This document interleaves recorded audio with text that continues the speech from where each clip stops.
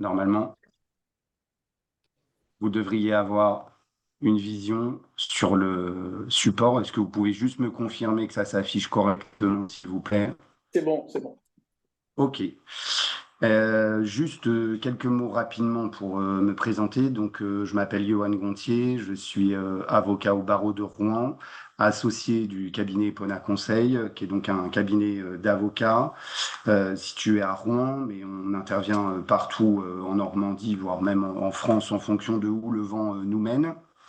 On est une équipe de 8 personnes exclusivement dédiées au droit social, donc droit du travail, droit de la protection sociale, droit de la sécurité sociale, et puis plus globalement, tout ce qui va toucher à la gestion des ressources humaines en entreprise, puisqu'on est conseil d'entreprise.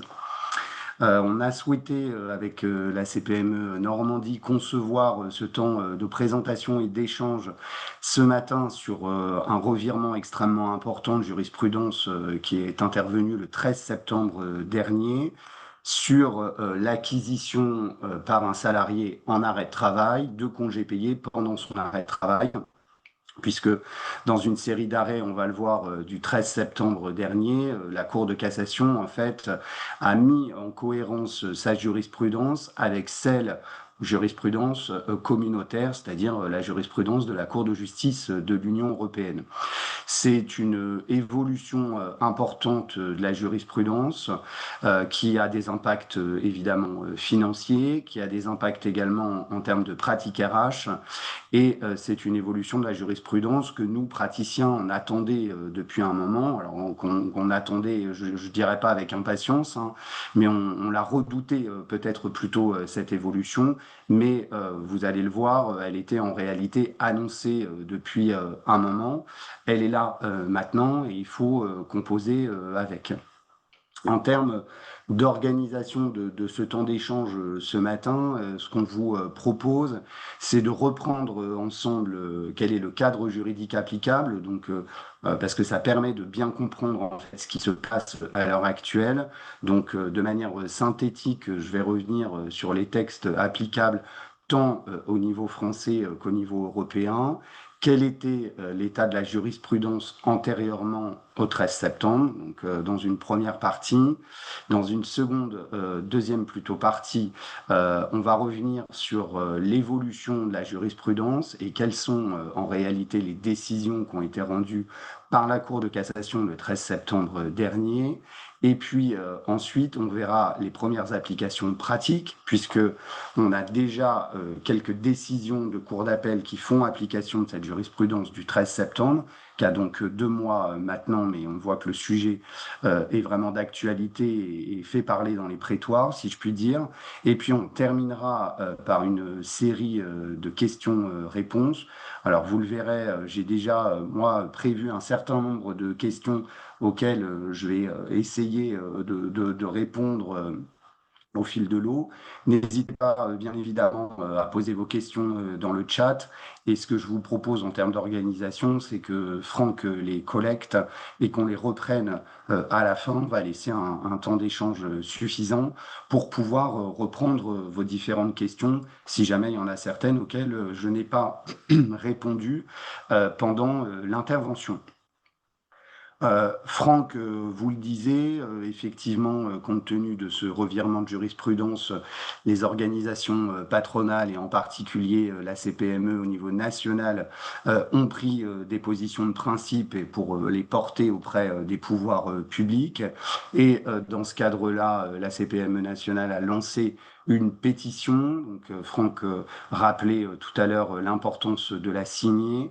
Vous retrouverez dans le support qui vous sera transmis le lien vers cette pétition.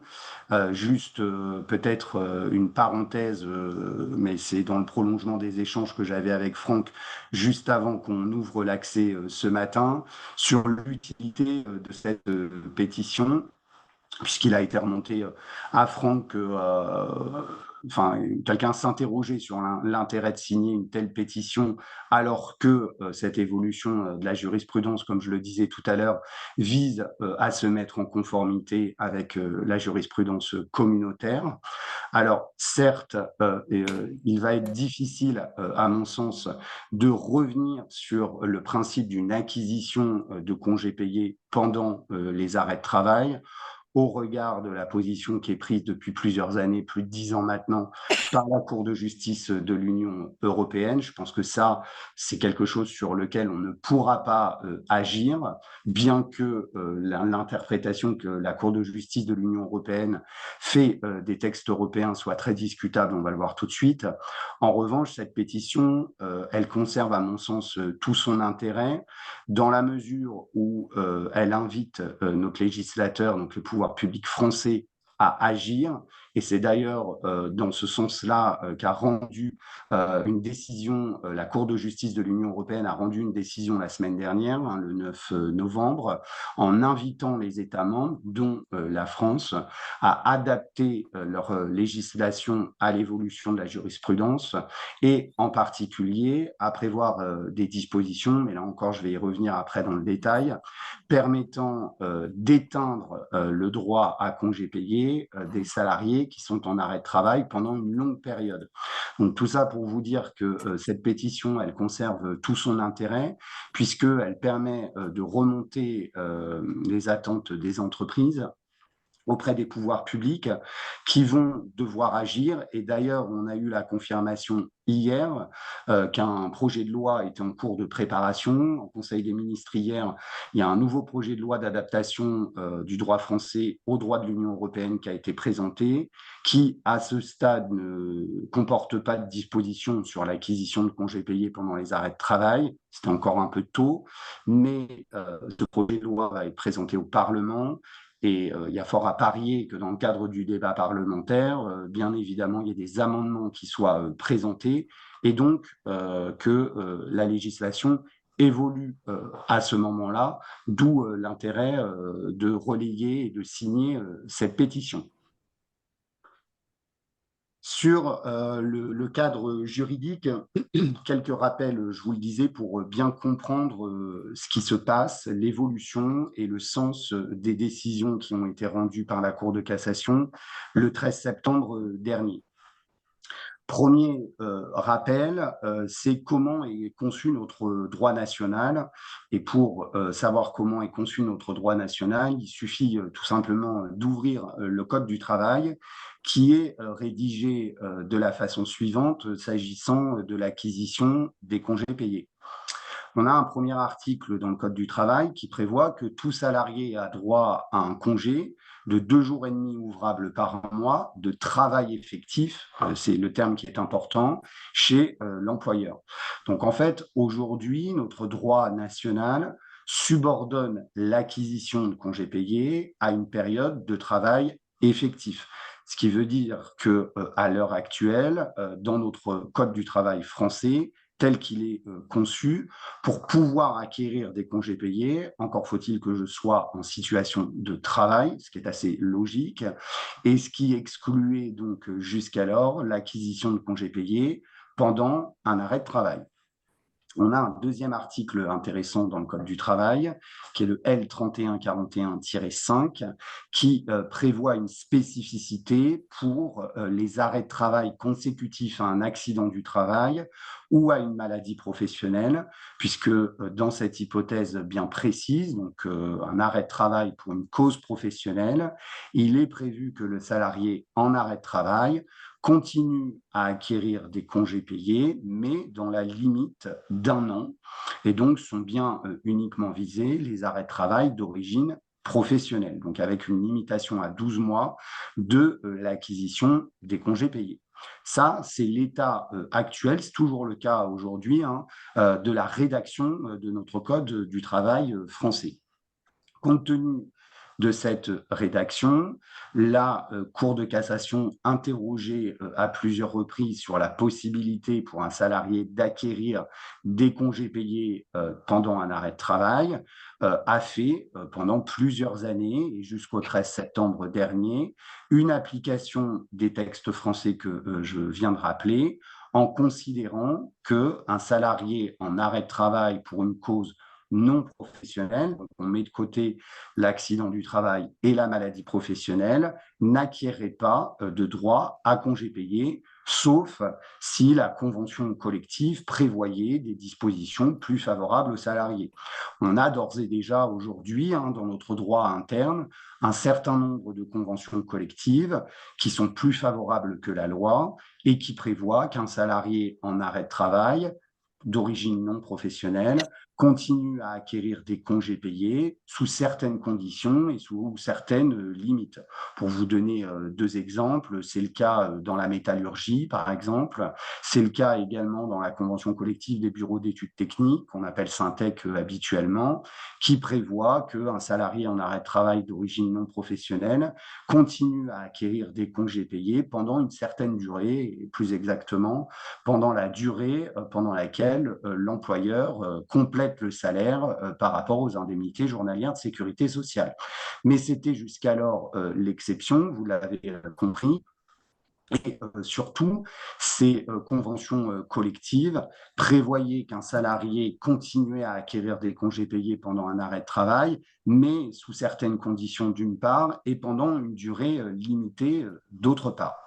Donc ça, c'était l'état de notre cadre juridique français jusqu'au 13 septembre dernier.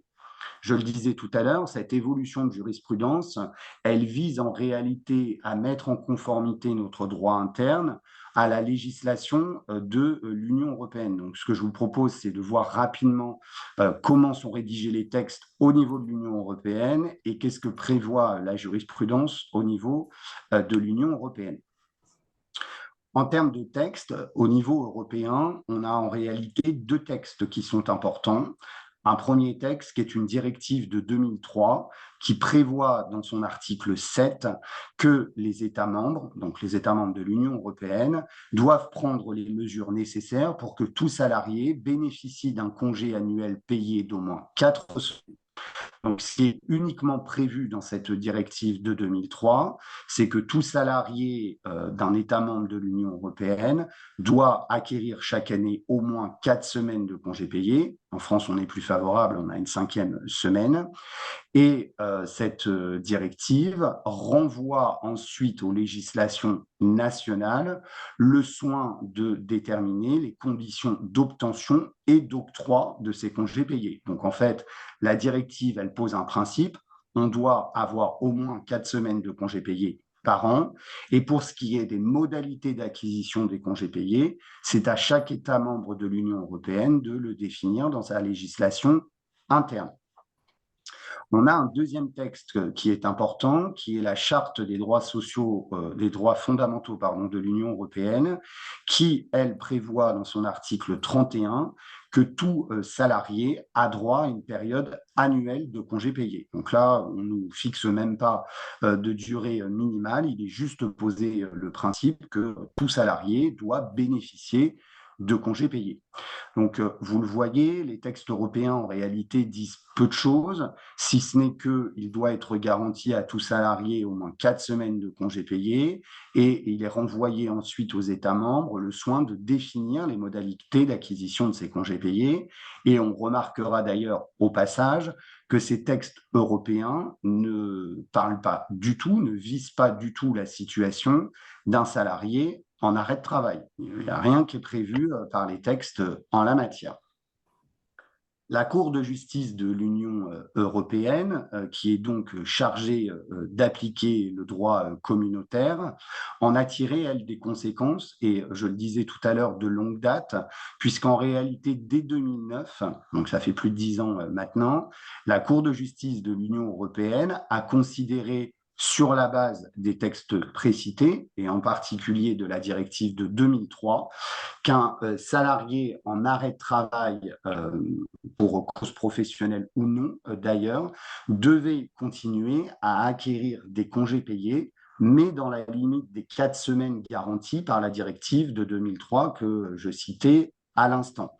Donc les textes européens sont certes muets sur le sujet, mais la Cour de justice de l'Union européenne en a fait une interprétation, de mon point de vue, extensive, puisqu'elle a considéré, jugé, elle le juge de manière constante depuis quasiment 15 ans maintenant, qu'un salarié en arrêt de travail doit continuer à acquérir des congés payés pendant son arrêt de travail. En dépit de cette évolution, ou en tout cas de cette prise de position de la jurisprudence communautaire, donc de la Cour de justice de l'Union européenne, jusqu'alors, jusqu'au 12 septembre dernier inclus, la Cour de cassation a résisté en quelque sorte à cette position du juge communautaire, puisque la Cour de cassation jugeait de manière constante au regard de la rédaction des dispositions du Code du travail français, qu'on vient de voir à l'instant, eh bien qu'un salarié en arrêt de travail pour une cause non professionnelle ne pouvait pas acquérir de congés payés pendant son arrêt de travail, sauf si la convention collective était plus favorable en la matière. Et la Cour de cassation expliquait sa position par ce qu'on appelle dans notre jargon l'absence d'effet direct de la directive de 2003, puisque cette directive de 2003, en fait, elle oblige les États membres de l'Union européenne à prendre un certain nombre de dispositions dans leur législation interne, mais la Cour de cassation considérait jusqu'alors et considère d'ailleurs toujours que cette directive de 2003 n'est pas applicable directement dans des litiges entre particuliers, en particulier dans des litiges opposant un salarié à son employeur. Donc, en raison de l'absence d'effet direct de cette directive de 2003, jusqu'alors, la Cour de cassation avait refusé de faire évoluer sa jurisprudence pour se mettre en conformité avec la jurisprudence de la CJUE. Il y avait une seule exception qui était admise, c'est quand le litige portait entre un salarié concerné, un salarié et un employeur qui était assimilé ou qui pouvait être assimilé plus exactement à une autorité publique, et on pense notamment aux entreprises privées délégataires de services publics, notamment dans les transports de voyageurs, puisque dans ce cas-là, comme ces entreprises sont délégataires de services publics, elles ont des pouvoirs exorbitants du droit commun, comme on dit dans notre jargon, et dès lors, la directive communautaire de 2003 leur était applicable. Donc, en synthèse, hein, la Cour de cassation, jusqu'au 12 septembre dernier, considérait qu'un salarié en arrêt de travail d'origine non professionnelle ne pouvait pas acquérir de congés payés pendant son arrêt de travail, parce que la directive de 2003, qui est interprétée en ce sens par la CJUE, n'est pas d'application directe dans les litiges employeur-salarié, sauf quand l'employeur en question est assimilé à une autorité publique.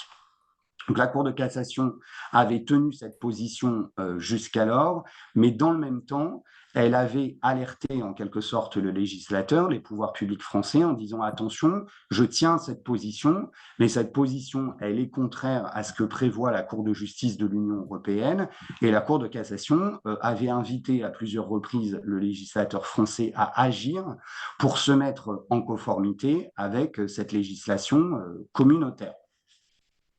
Notre législateur, pour des raisons qu'on comprend, hein, parce que sur le plan électoral, c'était certainement difficile à faire passer, le législateur français n'a absolument pas voulu. Ça fait 15 ans que effectivement on attend cette évolution, et pour autant le législateur n'a pris aucune disposition visant à mettre en conformité notre droit français à la position précitée de la Cour de justice de l'Union européenne. Donc on était dans une forme de statu quo depuis plus de 10 ans maintenant, et on savait que cette évolution allait arriver. Pourquoi est-ce que la Cour de cassation a finalement changé de braquet par rapport à cette question de l'acquisition de congés payés pendant un arrêt de travail? Ça s'explique par le fait que la Cour de justice de l'Union européenne a elle-même fait évoluer sa jurisprudence.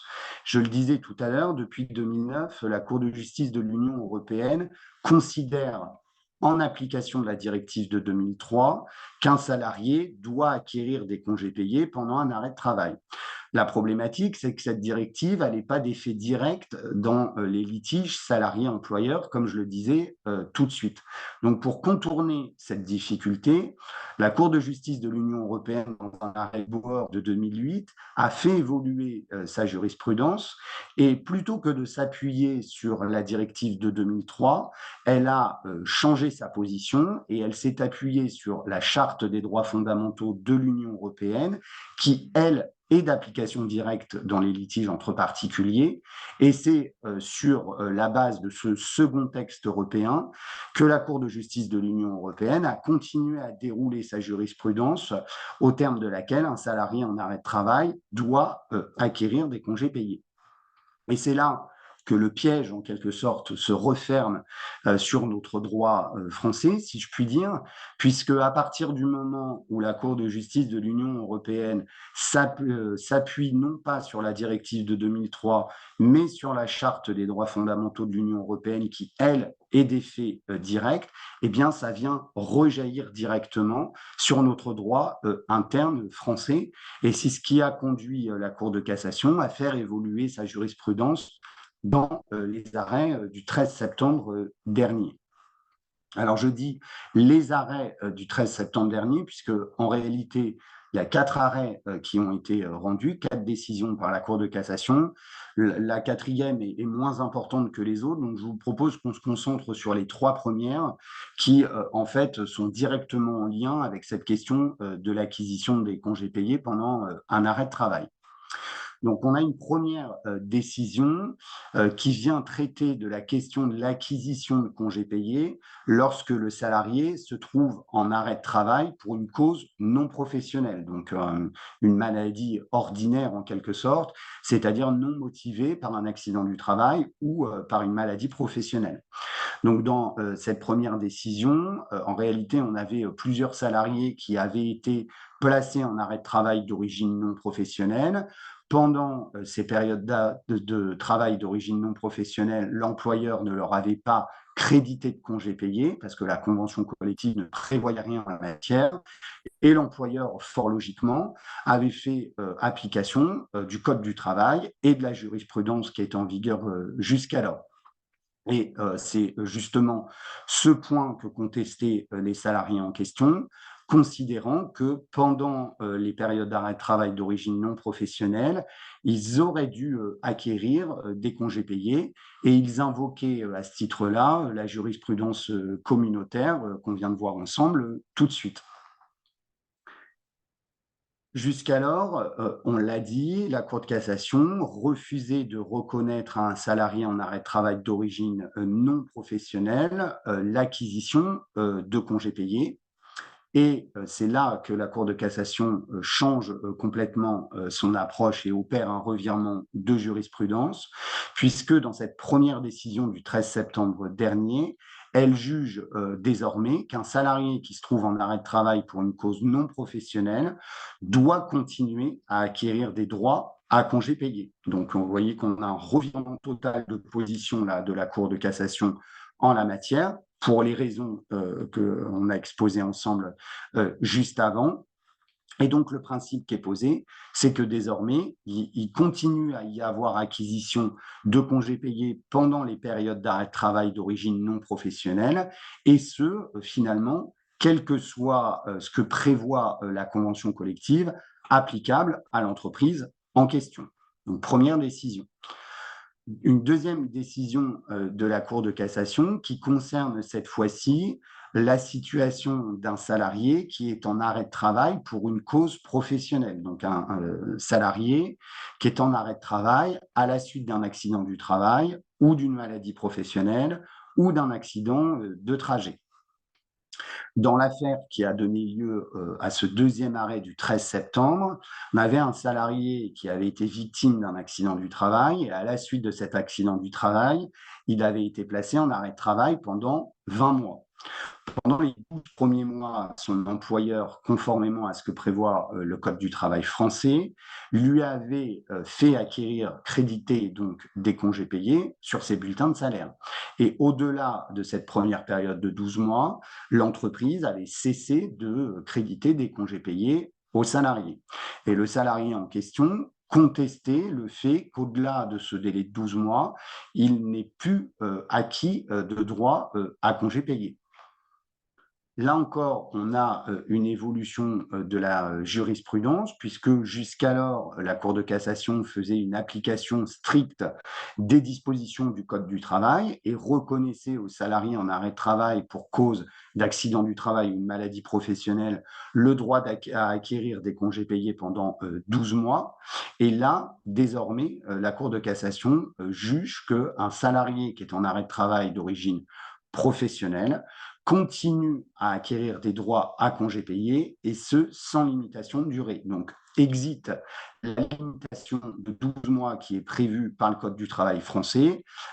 C'est un peu comme si la Cour de cassation rayait cette mention du Code du travail français en considérant désormais donc qu'un salarié en arrêt de travail, et si on fait la synthèse des deux premières décisions, qu'un salarié en arrêt de travail, donc, quelle que soit l'origine de cet arrêt de travail, professionnel ou non professionnel, continue premièrement à acquérir des droits à congés payés et deuxièmement, cette acquisition de droits à congés payés n'est plus limitée dans le temps, il y a une acquisition illimitée de droits à congés payés. Donc, revirement total de position de la Cour de cassation en la matière.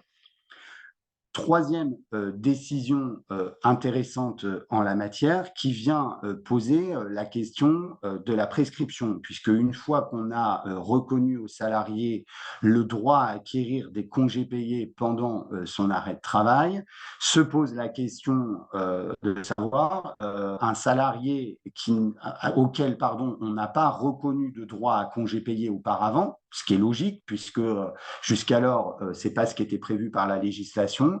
Eh bien, ce salarié en arrêt de travail, jusqu'à quand va-t-il pouvoir formuler une demande de régularisation auprès de son employeur, en quelque sorte? Et c'est à cette troisième question que la Cour de cassation répond dans cette autre décision.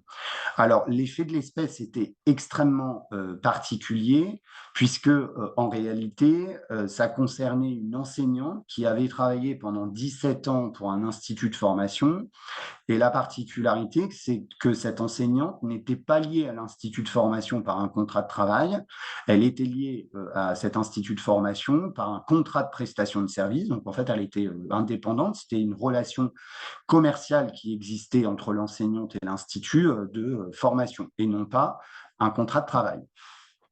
Et puis au bout de 17 ans, la relation commerciale s'arrête et l'enseignante en question saisit le Conseil de prud'homme d'une demande qui consiste à requalifier la relation commerciale en un contrat de travail, donc un contentieux assez classique qu'on peut connaître entre les indépendants et les entreprises. Et donc, elle considère, donc, cette enseignante, que pendant 17 ans, elle a été considérée comme une indépendante, alors qu'elle aurait dû être considérée comme une salariée, parce que notamment, il y avait un lien de subordination, selon elle, entre elle-même et l'institut de formation. Donc, elle demande en premier lieu au Conseil de prud'homme que soit requalifié en contrat de travail le contrat de prestation de service. Et elle est maligne, l'enseignante en question, puisqu'elle va au bout de la logique. Elle demande également, si le Conseil de prud'homme fait droit à sa demande de requalification, à ce que lui soient reconnus des droits à congés payés. Si elle avait été considérée comme étant salariée pendant les 17 ans qu'a duré la relation commerciale, elle aurait dû acquérir des droits à congés payés, ce qui n'a jamais été le cas, bien évidemment, puisqu'on la considérait justement pas comme une salariée, mais comme une indépendante. Et donc, elle formule une demande d'indemnisation au titre des congés payés dont elle n'a jamais bénéficié pendant les 17 ans qu'a duré la relation commerciale entre elle-même et l'Institut de formation. Le Conseil de prud'homme fait droit à la demande de requalification du contrat de prestation de service en un contrat de travail et va au bout de la logique conformément à l'argumentation développée par l'enseignante, donc reconnue comme salariée, en lui accordant un droit à congé payé sur 17 ans. Et comme la relation commerciale requalifiée en relation de travail a pris fin, eh bien, l'entreprise, l'institut de formation, est condamné à payer des congés payés sur 17 ans, pendant une période extrêmement longue. Et donc, l'employeur, cet institut de formation, se pourvoit en cassation en soutenant que, certes, le contrat de prestation de service a été requalifié en contrat de travail, certes, dans ce cadre-là, l'enseignant peut donc obtenir une régularisation de congés payés, mais l'institut de formation oppose à l'enseignante une prescription, et la prescription en la matière, l'application des dispositions du Code du travail est de 3 ans. Donc, ce que considère l'Institut de formation, c'est que certes, l'enseignant peut obtenir des droits à congés payés, mais dans la limite de 3 années et non pas de 17 ans comme elle l'a obtenu devant le Conseil de prud'homme et la Cour d'appel. Et donc, c'est à cette occasion que la Cour de cassation fait évoluer une troisième fois sa jurisprudence sur la question de la prescription en matière de congés payés. Puisque jusqu'alors, la Cour de cassation jugeait de manière constante que les congés payés devant être pris pendant la période dite de prise des congés payés, cette période de prise des congés payés, elle est fixée prioritairement par accord collectif ou à défaut par la loi, et la Cour de cassation considérait jusqu'alors que le délai de prescription de 3 ans pour réclamer des droits à congés payés dont on n'aurait pas bénéficié, commençait donc ce délai de prescription de 3 ans à courir à partir de la fin de la période de prise des congés payés. Donc, un salarié qui n'avait pas pu bénéficier de droits à congés payés, il pouvait formuler une demande de rappel de congés payés, mais dans une limite de 3 ans, qui commençait donc à courir à compter de la fin de la période de prise des congés payés. À l'occasion de cette troisième décision du 13 septembre dernier, la Cour de cassation juge désormais que lorsque l'employeur oppose une prescription au salarié en la matière, le point de départ du délai de prescription de l'indemnité de congé payé doit être certes fixé, comme elle le jugeait jusqu'alors, à l'expiration de la période de prise des congés payés, donc pas de changement, mais le changement, c'est ce que vous voyez à droite en rouge. La Cour de cassation considère que ce délai de prescription ne commence à courir que dès lors que, ça veut dire à condition que, l'employeur justifie avoir accompli les diligences qui lui incombent légalement afin d'assurer au salarié la possibilité d'exercer effectivement son droit à congé payé, et que, à défaut pour l'employeur de démontrer qu'il a accompli les diligences nécessaires, eh bien que la prescription ne pouvait pas commencer à courir. Et donc, si on transpose cette nouvelle solution proposée par la Cour de cassation au litige qui lui était soumis, eh bien évidemment, pendant les 17 ans qu'a duré la relation entre les parties, on n'avait jamais reconnu de droit à congé payé à l'enseignante en question, et on ne l'avait jamais informée sur ses droits à congé payé, par définition, puisqu'on la considérait comme une indépendante, et donc on ne lui avait jamais crédité de droits à congés payés, on lui avait encore moins demandé de prendre des congés payés. Et donc, la Cour de cassation considère qu'à défaut pour l'Institut de formation d'avoir informé d'une part et invité l'enseignante à prendre des congés payés, et bien que la prescription de 3 ans n'avait jamais commencé à courir, et donc elle valide la condamnation de l'Institut de formation à payer une indemnité compensatrice de congés payés à l'enseignante sur 17 ans et non pas sur 3 ans. Alors, vous l'avez compris, hein, cette troisième décision, elle est tout à fait particulière parce que le cas d'espèce était lui-même tout à fait particulier. Et c'est cette troisième décision qui fait émerger le plus d'interrogations aujourd'hui sur la possibilité d'opposer une prescription aux salariés, et je vais y venir dans quelques minutes, et si oui, à quelle hauteur, et si oui, à partir de quand commence à courir ce délai de prescription, mais je vais y venir juste après. Voilà, en résumé, les solutions qui ont donc été dégagées par la Cour de cassation dans son revirement de jurisprudence. Revirement de jurisprudence qui date donc d'il y a 2 mois, et ce qui est assez récent, et pour autant, on a déjà des premiers retours en contentieux et des évolutions de pratiques d'un certain nombre d'organismes, et notamment de Pôle emploi en la matière. Premier retour d'expérience au niveau du contentieux prud'homal, donc à la date du 9 novembre dernier, mais je crois que ça n'a pas évolué, c'était il y a une semaine. À ma connaissance, il y a 4 décisions de cour d'appel qui ont déjà fait application de la nouvelle position de la Cour de cassation.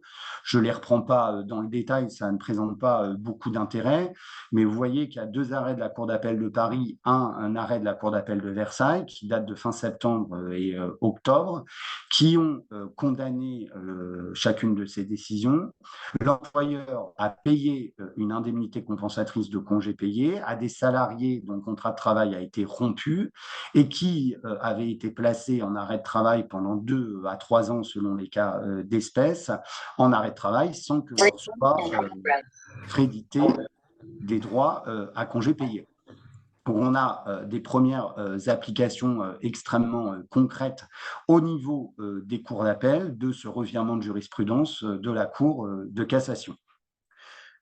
Parallèlement, et c'est tout frais puisque ça date d'hier, la Cour de cassation, et plus exactement la Chambre sociale de la Cour de cassation, a décidé de renvoyer devant le Conseil constitutionnel ce qu'on appelle dans notre jargon des questions prioritaires de constitutionnalité. Donc, il est demandé désormais au Conseil constitutionnel qui a 3 mois pour répondre si le Code du travail tel qu'il est, notre Code du travail, français tel qu'il est rédigé aujourd'hui, et dans la mesure où il ne reconnaît pas aujourd'hui le droit à l'acquisition de congés payés pour un salarié malade, d'une part, et qu'il instaure une différence entre les arrêts de travail d'origine professionnelle, d'une part, et les non professionnels, d'autre part, est-ce que ces dispositions du Code du travail français sont conformes ou pas à la Constitution. Donc, vous voyez que c'est un sujet vraiment d'actualité et qui est vraiment source de contentieux.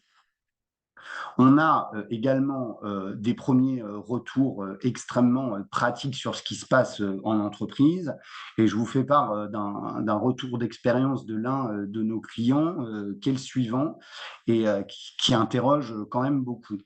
Dans l'entreprise en question, on a un salarié qui avait été placé en arrêt de travail pendant plusieurs mois pour cause non professionnelle. Et puis, au terme de cet arrêt de travail, le salarié avait vu le médecin du travail en visite de reprise, et le médecin du travail avait déclaré inapte le salarié à la reprise. Faute de pouvoir reclasser ce salarié déclaré inapte, l'entreprise avait procédé à son licenciement pour inaptitude et impossibilité de reclassement. Bon, jusque-là, classique, pas de particularité. Le salarié reçoit ses documents de fin de contrat, va s'inscrire à Pôle emploi pour bénéficier de l'assurance chômage. Il rencontre son conseiller Pôle emploi et, d'après ce qui nous a été rapporté, le conseiller Pôle emploi lui dit « Je vois que vous avez été en arrêt de travail pendant plusieurs mois. Est-ce que votre employeur vous avait crédité des congés payés à cette occasion-là » Le salarié répond « Non, je ne crois pas ». attendez monsieur, je vais vérifier vos bulletins de salaire. Il regarde les bulletins de salaire du salarié, il lui dit, bah, je vous confirme qu'on ne vous a pas crédité de congés payés pendant les X mois pendant lesquels vous avez été en arrêt de travail, mais sachez, donc c'est le conseiller Pôle emploi qui dit ça à l'ancien salarié qui est devenu demandeur d'emploi, sachez qu'il y a eu un revirement de jurisprudence de la Cour de cassation très récemment et que vous pouvez donc demander à votre employeur à ce qu'il vous paye les congés payés qu'il aurait dû vous créditer pendant pendant vos périodes d'arrêt de travail. Qu'est-ce que fait l'ancien salarié? Il va toquer à la porte de l'entreprise, qui est donc son ancien employeur, et fait état auprès de l'entreprise de ce revirement de jurisprudence. Donc l'entreprise en question, qui est notre client, reçoit la demande du salarié, l'examine, et en réalité, je ne me souviens plus exactement, mais le salarié avait été en arrêt de travail pendant quelques mois seulement. Donc en fait, la demande qui était formulée par l'ancien salarié était extrêmement limitée en termes de montant. Et pour éviter toute difficulté, l'entreprise accepte de verser à son ancien salarié une indemnité compensatrice de congés payés complémentaire, donc complémentaire par rapport à ce qui lui avait été versé dans le cadre de son solde de tout compte. Et l'entreprise établit donc une attestation Pôle emploi rectificative, conformément à ce que prévoient les textes. Donc l'ancien salarié, il repart content en quelque sorte, puisqu'on lui a payé les congés payés qui ne lui avaient pas été reconnus à l'époque. Et donc il retourne voir le conseiller Pôle emploi avec son attestation Pôle emploi rectificative. Et là, c'est l'histoire de l'arroseur arrosé, si je puis dire, puisque le conseiller Pôle emploi lui dit, très bien, monsieur, mais comme votre ancienne employeur, l'entreprise, vous a versé une indemnité compensatrice de congés payés complémentaires, eh bien, ça génère pour vous un différé d'indemnisation Pôle emploi, comme on dit, une carence Pôle emploi. Et donc, comme vous avez reçu des sommes à ce titre-là, on ne va pas vous prendre en charge, nous, assurance chômage, tout de suite. Il va falloir attendre X semaines, et les X semaines étant calculées au regard de ce qui a été versé en congés payés aux salariés. Donc le conseiller Pôle emploi, c'est lui qui conseille à l'ancien salarié d'aller réclamer une indemnité compensatrice de congés payés au titre des arrêts de travail non professionnels. Et une fois que l'ancien salarié l'obtient, eh bien, le conseiller Pôle emploi lui oppose la somme qu'il a perçue pour lui calculer un différé d'indemnisation Pôle emploi. Pourquoi est-ce que je vous raconte cette histoire-là, qui est un peu, certes, cocasse, mais je pense qu'elle est tout à fait intéressante parce qu'on peut en faire justement, nous, un contre-argument à opposer à un salarié dont le contrat de travail a été rompu et qui vous demanderait à ce que lui soit reconnu et donc versé des droits à congés payés au titre des périodes pendant lesquelles il a été placé en arrêt de travail. C'est-à-dire que si on fait droit à la demande du salarié, eh bien, il faut qu'il ait bien conscience, le salarié, que ça va lui générer un différé d'indemnisation Pôle emploi, s'il s'est inscrit à l'assurance chômage, voire que ça va provoquer de la part de Pôle emploi une demande de remboursement de sommes qu'il a perçues et qu'il n'aurait pas dû percevoir tout de suite. Donc c'est un argument intéressant qu'on peut opposer à un salarié qui vient retoquer à la porte de l'entreprise.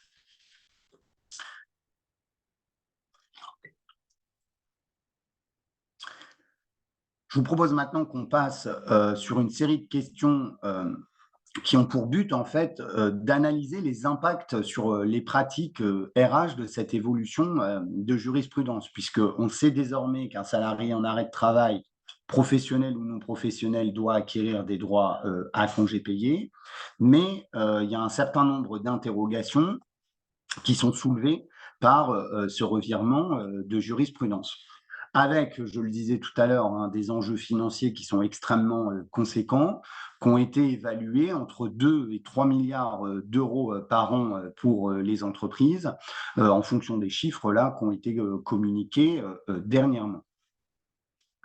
Première question qu'on peut se poser, qui est la suivante. Est-ce que ce revirement de jurisprudence s'applique uniquement aux 4 semaines de congés payés qui sont garantis au niveau européen, ou est-ce que ce revirement s'applique aux 5 semaines de congés payés donc, qui sont garantis par le droit français?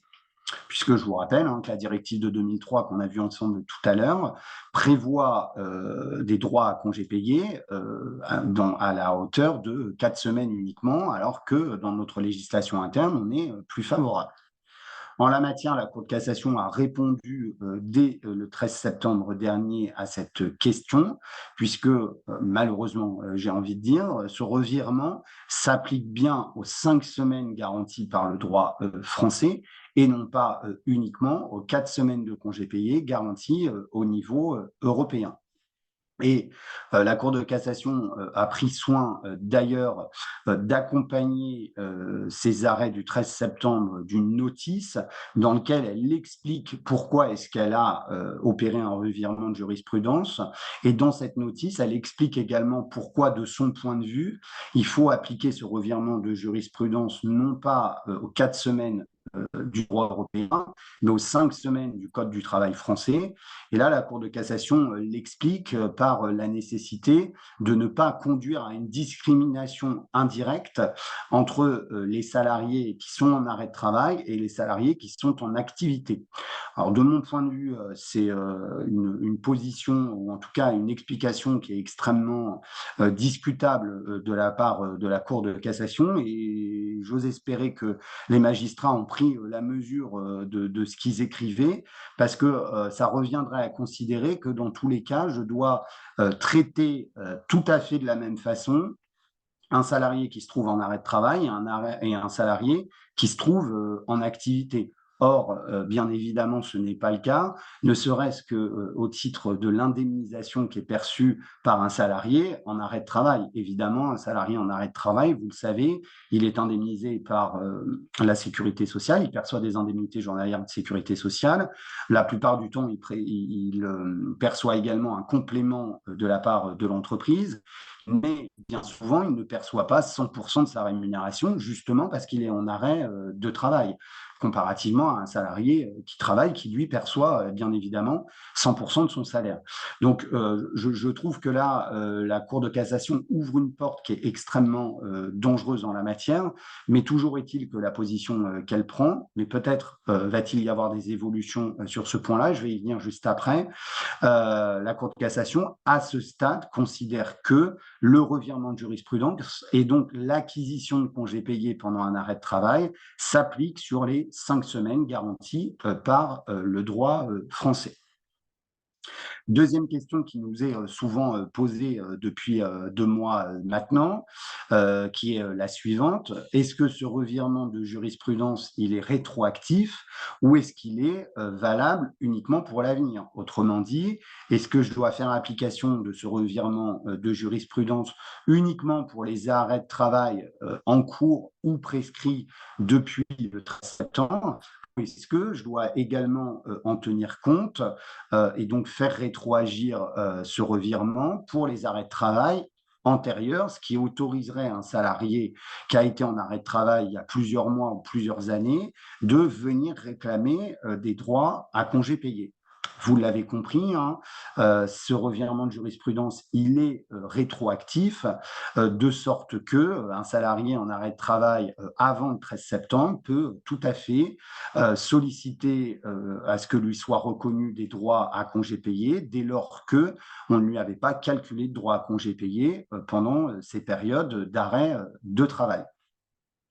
Là, de mon point de vue, c'est quand même, là encore, une prise de position presque politique, je dirais, de la Cour de cassation, qui fait le choix de ne pas faire rétroagir sa jurisprudence, puisqu'elle aurait pu décider que ce revirement de jurisprudence n'était valable que pour l'avenir. La Cour de cassation l'a admis à plusieurs reprises, la possibilité de cantonner la rétroactivité d'un revirement de jurisprudence et de prévoir que le revirement de jurisprudence n'est valable que pour l'avenir.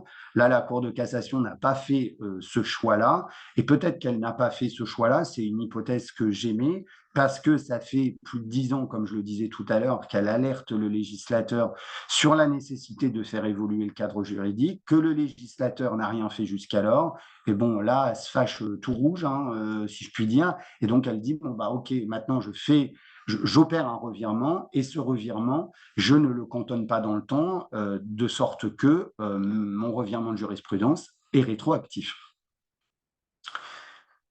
Troisième question, qui est peut-être la plus technique et qui fait le plus couler d'encre à l'heure actuelle, c'est qu'à partir du moment où on a posé le principe que ce revirement était rétroactif, comment est-ce qu'on peut, du côté de l'entreprise, se prémunir contre des demandes de rappel de congés payés, donc pour les arrêts antérieurs au 13 septembre?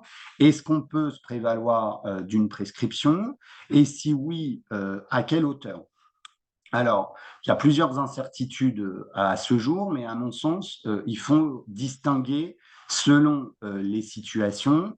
Et il y a une première grande distinction, je dirais, à opérer de mon point de vue, qui est entre les arrêts de travail antérieurs au 13 septembre, donc avant le revirement, et les arrêts de travail en cours ou survenus, prescrits depuis le 13 septembre. Donc, je vous propose de voir successivement ces deux hypothèses. Première hypothèse, pour les arrêts de travail antérieurs au 13 septembre 2023, il faut là de nouveau distinguer de mon point de vue. Donc là, on parle de la situation d'un salarié qui a été, par exemple, en arrêt de travail durant tout le mois de février 2023, pour prendre un exemple concret, et qui vient toquer à la porte du service RH en demandant à ce que lui soient reconnus des droits à congés payés pour sa période d'arrêt maladie en février 2023. Il faut, de mon point de vue, distinguer deux sous-hypothèses selon que le contrat de travail est toujours en cours ou pas. Première hypothèse, le salarié en question qui vient réclamer des droits à congés payés pour son arrêt de travail de février 2023, il est toujours salarié de l'entreprise, il est toujours inscrit dans les effectifs et au moment où il formule sa demande, son contrat de travail n'a pas été rompu. Dans cette première sous-hypothèse, la demande du salarié va consister à acquérir des congés payés. Ce qu'il va demander, c'est qu'on lui crédite sur son compteur de congés payés des congés payés au titre de son arrêt de travail de février 2023. Et comme sa demande consiste en une acquisition de congés payés, de notre point de vue, en tout cas c'est ce que nous on défend à l'heure actuelle au cabinet, c'est une demande qui se rattache à l'exécution du contrat de travail. Il ne demande pas à ce qu'on lui paye des congés payés, il demande à ce qu'on lui reconnaisse un droit plutôt à congés payés. Et comme c'est une demande qui se rattache à l'exécution du contrat de travail, en matière d'exécution du contrat de travail, le Code du travail prévoit une prescription de 2 années. Donc ça voudrait dire concrètement qu'un salarié qui forme toujours inscrit dans les effectifs, qui formulerait une demande de régularisation de congés payés au titre d'une période d'arrêt de travail antérieure, la prescription qu'on pourrait lui opposer, c'est 2 ans, donc le salarié ne pourrait pas remonter au-delà de 2 ans. En tout cas, encore une fois, c'est la lecture que nous avons, nous, des textes au cabinet, et c'est la position qu'on défend à l'heure actuelle. D'ailleurs, c'est ce qu'a retenu la Cour d'appel de Reims dans un arrêt très récent, en date du 18 octobre 2023, où on avait un salarié dont le contrat de travail était toujours en cours, qui avait été en arrêt de travail à un moment, qui demandait à ce que lui soient crédités des congés payés, et la Cour d'appel de Reims a retenu une prescription de 2 années en la matière. Donc, c'est intéressant par rapport, on va le voir, à l'autre hypothèse d'une rupture du contrat de travail. Je vous ai reproduit là, ce qu'en dit la Cour d'appel de Reims, où elle nous dit, en l'espèce, il ne peut pas être question d'indemnité compensatrice de congés payés puisque le contrat de travail n'est pas rompu, effectivement. Il s'agit donc de reconnaître un droit à congé pendant l'exécution du contrat de travail, de sorte que le délai à appliquer est effectivement le délai biennal, donc les 2 ans prévus par l'article temps du Code du travail. Donc, première sous-hypothèse, pour un arrêt de travail antérieur au 13 septembre, et dès lors que le salarié est toujours inscrit à l'effectif, on peut, de notre point de vue, lui opposer un délai de prescription de 2 ans. Deuxième sous-hypothèse, je reprends mon exemple d'un salarié qui a été en arrêt de travail en février 2023. À l'époque, on ne lui avait pas reconnu de droit à congé payé. Entre-temps, son contrat de travail est rompu. Par exemple, au mois d'août, il est licencié pour inaptitude ou peu importe le motif, où il part en rupture conventionnelle. En tout cas, son contrat de travail est rompu. Et au moment où il vous formule une demande de régularisation, donc au titre de la période de février 2023, il est plus salarié de l'entreprise. Là, la différence de la première hypothèse, la demande du salarié ne va pas consister à ce qu'on lui crédite des congés payés, ça n'aurait aucun sens, hein, il est plus salarié de l'entreprise. Ce qu'il va demander, le salarié, c'est une indemnisation pécuniaire, il va demander de l'argent, il va demander le paiement de ce qu'on appelle une indemnité compensatrice de congés payés pour les congés payés qu'on ne lui a pas reconnus à l'époque pour la période d'arrêt de travail de février 2023, dans mon exemple. Dans une hypothèse comme celle-ci, la demande formulée par le salarié a une nature salariale et en la matière, le Code du travail prévoit que les demandes salariales qui est attachée, je vais y arriver, une prescription de 3 ans aux demandes d'origine salariale. Donc, à la différence de ma première sous-hypothèse, la prescription en la matière là qu'on va pouvoir opposer aux salariés est non pas de 2 années, mais de 3 années, ce qui autorise donc, vous l'avez compris, le salarié à remonter sur une période plus longue que dans notre première hypothèse. Alors, comment est-ce qu'on peut néanmoins se prémunir contre des demandes de ce type-là formulées par un salarié dont le contrat de travail a été rompu? Ce que je préconise systématiquement de vérifier, c'est est-ce que au moment où le salarié est parti, au moment où on lui a remis ses documents de fin de contrat, dans les documents de fin de contrat, il y a ce qu'on appelle le reçu pour solde de tout compte, et dès lors que le salarié aurait bien signé son reçu pour solde de tout compte, et qu'il ne l'aurait pas dénoncé dans un délai de 6 mois suivant la signature du reçu pour solde de tout compte, eh bien, en application de la jurisprudence, ce reçu pour solde de tout compte, il est libératoire pour l'employeur, mais il n'est libératoire que pour les sommes qui y sont mentionnées.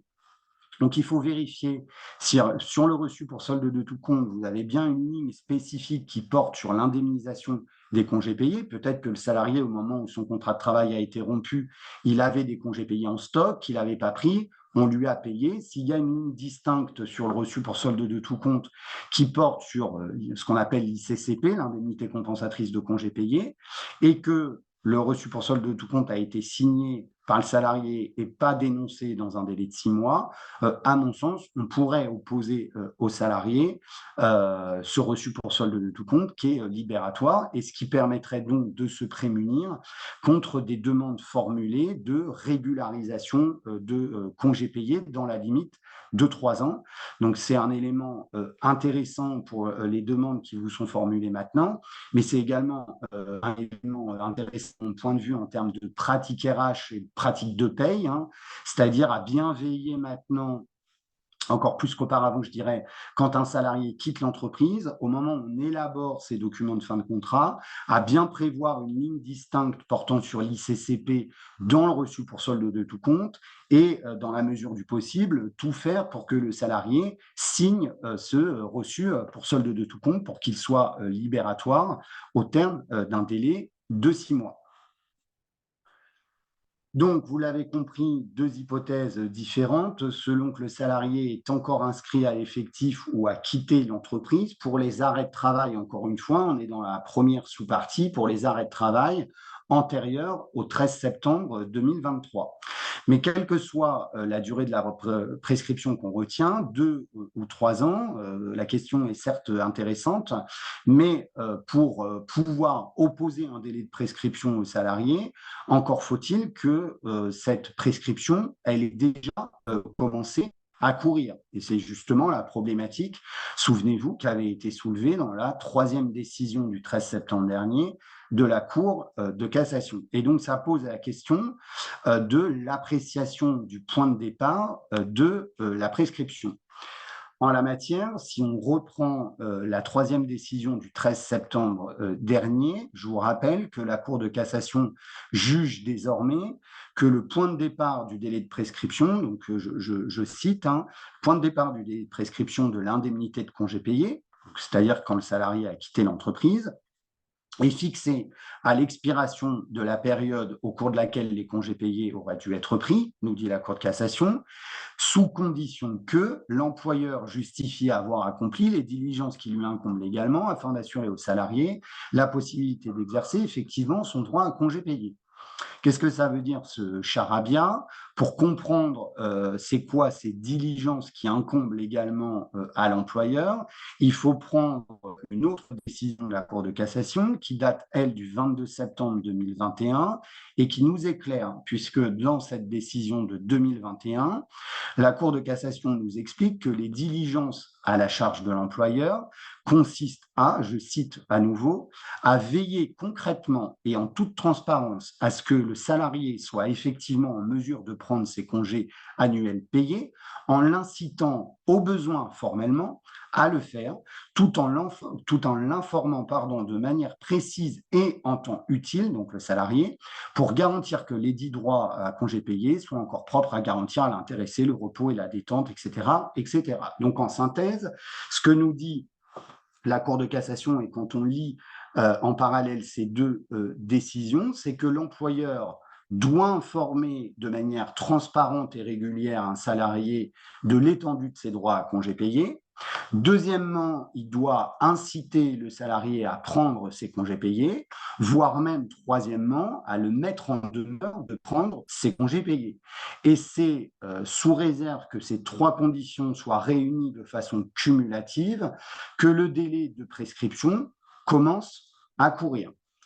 Or, la problématique, vous voyez certainement où je veux en venir, c'est que pour les arrêts de travail antérieurs au 13 septembre dernier, par définition, jusqu'alors, et c'était cohérent, puisque c'est ce que prévoit le Code du travail français et c'est ce que prévoyait la jurisprudence française, dans la plupart des situations, l'employeur n'a pas reconnu de droit à congé payé au salarié. Donc, il ne lui a pas crédité de droit à congé payé. Donc, il n'y a pas eu d'information à ce titre-là sur le bulletin de salaire et on a encore moins demandé aux salariés en arrêt de travail de prendre ses congés payés. Non seulement parce que d'une part, on ne lui avait pas reconnu de droit à congé payé, et d'autre part, s'il se trouve toujours en arrêt de travail et qu'il a été en arrêt de travail jusqu'à la rupture de son contrat de travail, on était de toute façon dans l'impossibilité de lui demander de prendre ses congés payés.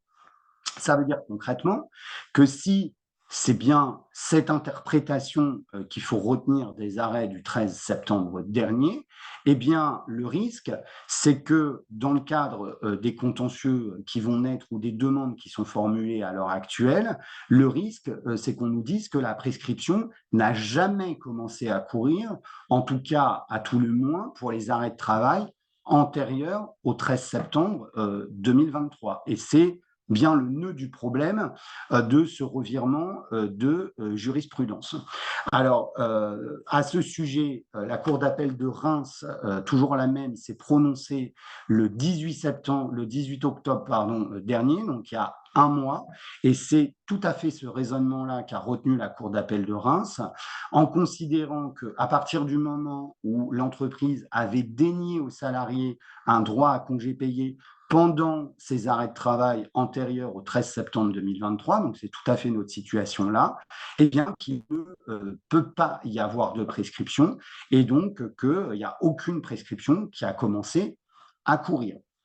Donc, de mon point de vue, c'est peut-être ce qui est le plus inquiétant dans les décisions du 13 septembre dernier, dans ce revirement de jurisprudence, c'est que en l'état, et on voit qu'on a au moins une cour d'appel qui suit ce raisonnement-là, en l'état, pour les arrêts de travail antérieurs au 13 septembre dernier, encore une fois, on risque de se voir opposer le fait que la prescription n'a jamais commencé à courir, ce qui autoriserait un salarié à remonter sur plusieurs années et au-delà de 3 ans pour réclamer une régularisation de ses droits à congés payés au titre des périodes pendant lesquelles il s'est trouvé en arrêt de travail. Alors, ce n'est pas très réjouissant comme conclusion. Et une fois qu'on a dit ça, quelles sont les pistes, les arguments qu'on pourrait soulever pour tenter de limiter les demandes. Au cabinet, on en a identifié au moins trois qui sont les suivantes. Première piste, c'est une prescription de 20 ans qu'on pourrait opposer aux salariés. Alors, vous allez me dire 20 ans, ok, vous êtes gentil, mais c'est quand même pas très satisfaisant, certes, mais enfin, c'est une première piste. On pourrait opposer une prescription de 20 ans, donc ce qui empêcherait le salarié de remonter au-delà de 20 ans, ce qui est déjà énorme, hein, j'en conviens, en application des dispositions du Code civil d'une part, et au regard de la date d'entrée en vigueur de la directive communautaire qui date de 2003. Donc, c'est une première piste. Mais 20 ans, c'est quand même extrêmement long. Donc, on a une deuxième idée qui permettrait de limiter la prescription à 14 ans cette fois-ci. Pourquoi 14 ans? Parce que, je le disais tout à l'heure, si la Cour de cassation a fait évoluer sa jurisprudence, c'est parce que désormais, il est reconnu un effet direct à la Charte des droits fondamentaux de l'Union européenne. Or, cette Charte des droits fondamentaux de l'Union européenne, elle est applicable uniquement depuis le 1er décembre 2009. Alors certes, c'était il y a 14 ans, mais ça veut dire qu'un salarié ne pourrait pas remonter au-delà ou avant plutôt, pardon, le 1er décembre 2009. Donc, ce qui limiterait, si on se place là à la date d'aujourd'hui, la prescription à 14 années. Alors, vous pourriez me faire remarquer, à juste titre, que dans l'arrêt du 13 septembre qu'on a commenté ensemble tout à l'heure, il a été fait droit à une demande à hauteur de 17 années, certes, mais ce qu'on ignore, c'est est-ce que cette limitation à 14 ans au regard de la date d'entrée en vigueur de la Charte des droits fondamentaux de l'Union européenne, est-ce que ça, c'est un argument qui avait été soulevé par l'employeur? On l'ignore, a priori non. Ça aurait permis de limiter la condamnation à 14 ans au lieu de 17 ans. Mais ça reste, dans les deux cas, extrêmement important en termes de condamnation potentielle et donc pas tout à fait satisfaisant. Ce qui aurait été satisfaisant, c'est qu'on puisse opposer une prescription beaucoup plus courte et notamment la prescription des 3 ans qu'on citait tout à l'heure. Alors à ce sujet-là, on a une idée que je vous livre, hein, on verra ce que nous en dit la jurisprudence, mais pour opposer une prescription de 3 années, on pourrait opposer à une demande formulée par un salarié les dispositions du Code du travail.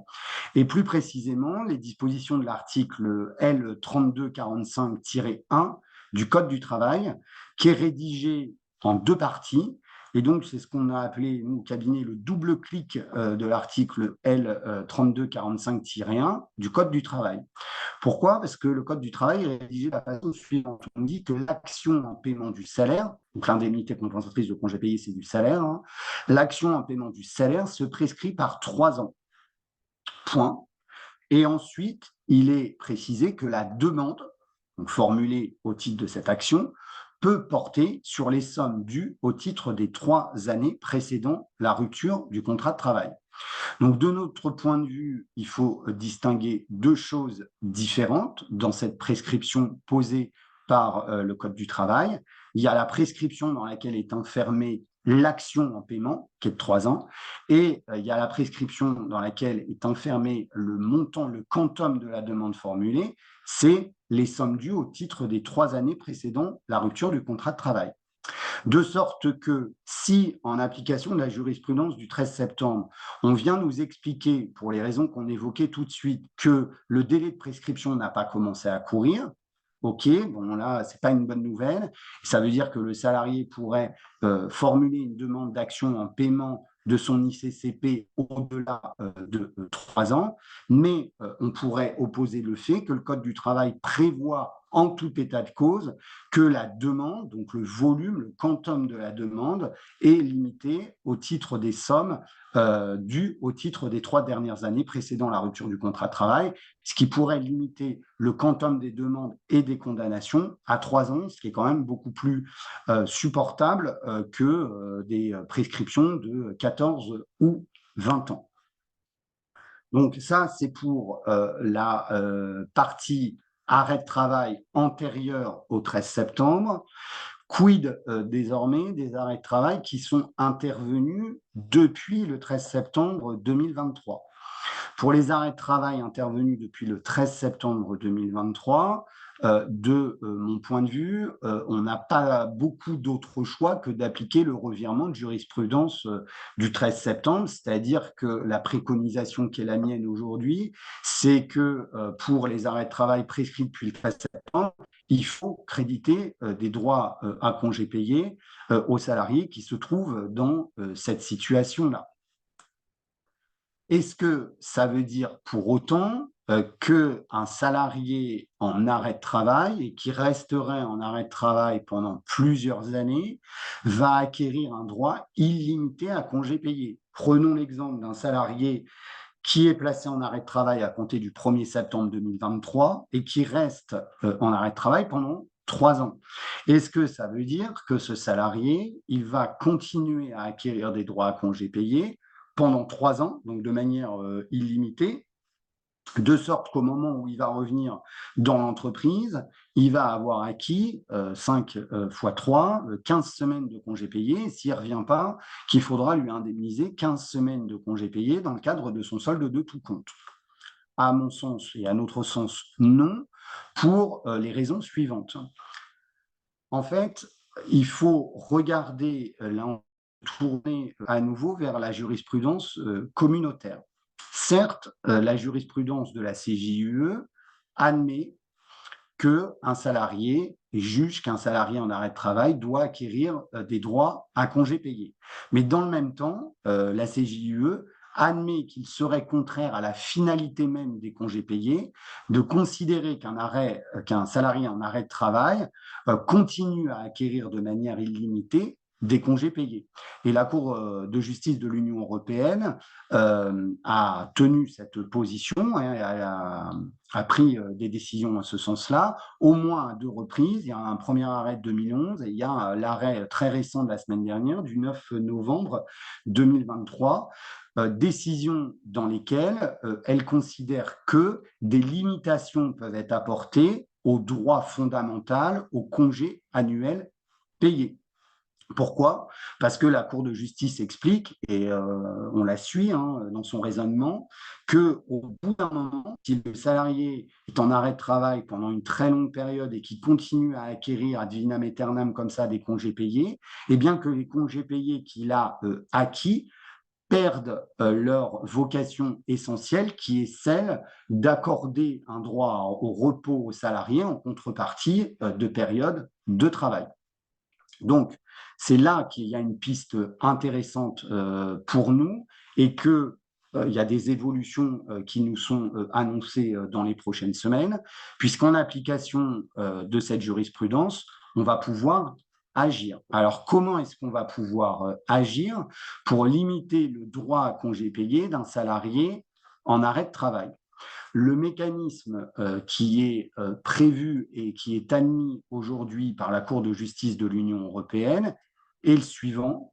Il est admis que soit instaurée une règle selon laquelle le droit à congé payé acquis par un salarié malade, donc les congés payés que le salarié avait acquis avant son arrêt de travail et ceux qu'il acquiert pendant son arrêt de travail, mais qu'il ne peut pas prendre du fait de son arrêt de travail. Le salarié reste en arrêt de travail pendant un long moment, donc il acquiert des congés payés, il reste en arrêt de travail, il ne peut pas prendre ses congés payés.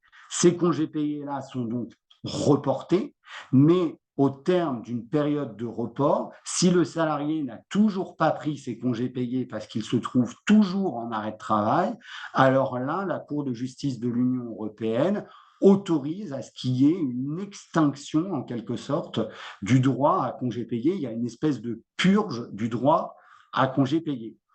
Et c'est ce que la Cour de justice a admis dans un arrêt de 2011 qui faisait application d'une problématique de droit allemand en la matière, mais qui est transposable au droit français. En réalité, il faut avoir une double lecture de la jurisprudence communautaire. Certes, la Cour de justice de l'Union européenne nous dit qu'un salarié en arrêt de travail doit continuer à acquérir des congés payés, et donc effectivement, il faut faire acquérir des droits à congés payés à un salarié en arrêt de travail, mais il est possible, parallèlement, d'organiser une purge glissante de ce droit à congé payé. Donc, vous l'aurez peut-être compris, parce que c'est un peu la question du moment, c'est comment est-ce qu'on peut se prémunir contre ce revirement de jurisprudence et comment on agit. On ne peut pas, de mon point de vue, limiter l'acquisition des droits à congés payés pour un salarié malade au regard de la jurisprudence communautaire. En revanche, ce qu'il est possible de faire, c'est de prévoir qu'au bout d'un certain temps, les congés payés qu'on a fait acquérir à ce salarié pendant son arrêt de travail vont s'éteindre, vont être purgés parce que le salarié n'est toujours pas revenu et que les congés payés qu'on lui a fait acquérir à une époque ont perdu leur vocation essentielle, qui est celle de donner du repos aux salariés. Je vous ai pris un exemple, mais vous pourrez le voir plus en détail dans le suivant, parce que je surveille l'heure, il est 20. Mais prenons l'exemple d'un salarié qui est embauché en juin 2022. Au 31 mai 2023, il a acquis 30 jours ouvrables de congés payés et partons de l'hypothèse que ces 30 jours ouvrables de congés payés sont à prendre au plus tard le 31 mai 2024. On a une période de prise de 13 mois, c'est par exemple ce qui se pratique dans Syntec. Donc, j'ai un salarié qui est embauché l'année dernière. Au 31 mai de cette année, il a acquis un droit complet à congés payés, 30 jours. Il doit prendre ses congés payés d'ici le 31 mai de l'année prochaine, 2024. À compter du 1er octobre, il est placé en arrêt de travail. Et son arrêt de travail, on va prendre l'hypothèse, on se projette là, qu'il est renouvelé de mois en mois, et ce pendant 3 ans. Et le salarié, en fait, il est en arrêt de travail jusqu'au 30 septembre 2026. En application de la jurisprudence communautaire et du revirement de jurisprudence du 13 septembre dernier, il va falloir que je fasse continuer à acquérir des congés payés à mon salarié. Donc, en fait, il avait déjà acquis 30 jours ouvrables de congés payés avant qu'il tombe en arrêt de travail. Et ensuite, il va avoir acquis 30 jours pour la période 2023-2024, 30 jours pour 2024-2025, 30 jours pour 2025-2026, plus 10 jours pour la période du 1er juin 2026 au 30 septembre 2026, date de fin de son arrêt de travail. Ce qui veut dire qu'au moment où l'arrêt de travail prend fin, le salarié a acquis au bas mot 130 jours ouvrables de congés payés, ce qui est extrêmement évidemment important.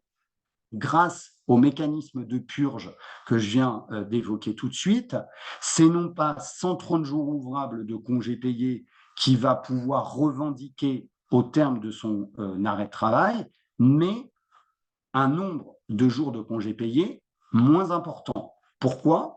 Parce que j'ai une logique d'acquisition, c'est la colonne de gauche du tableau, de 130 jours de congés payés, pour les raisons que je viens d'évoquer.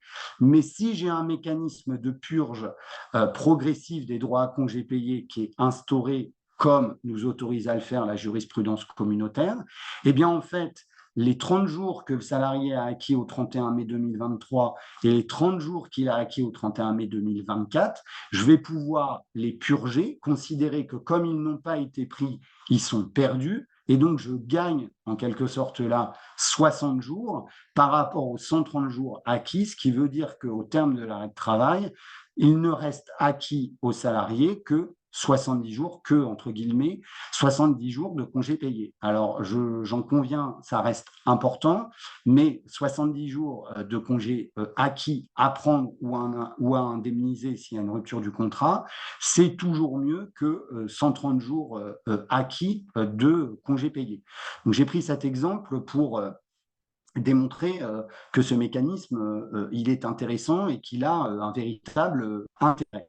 Mais comment est-ce qu'on pourrait mettre en place un tel mécanisme qui est autorisé par la jurisprudence communautaire? Deux observations en la matière.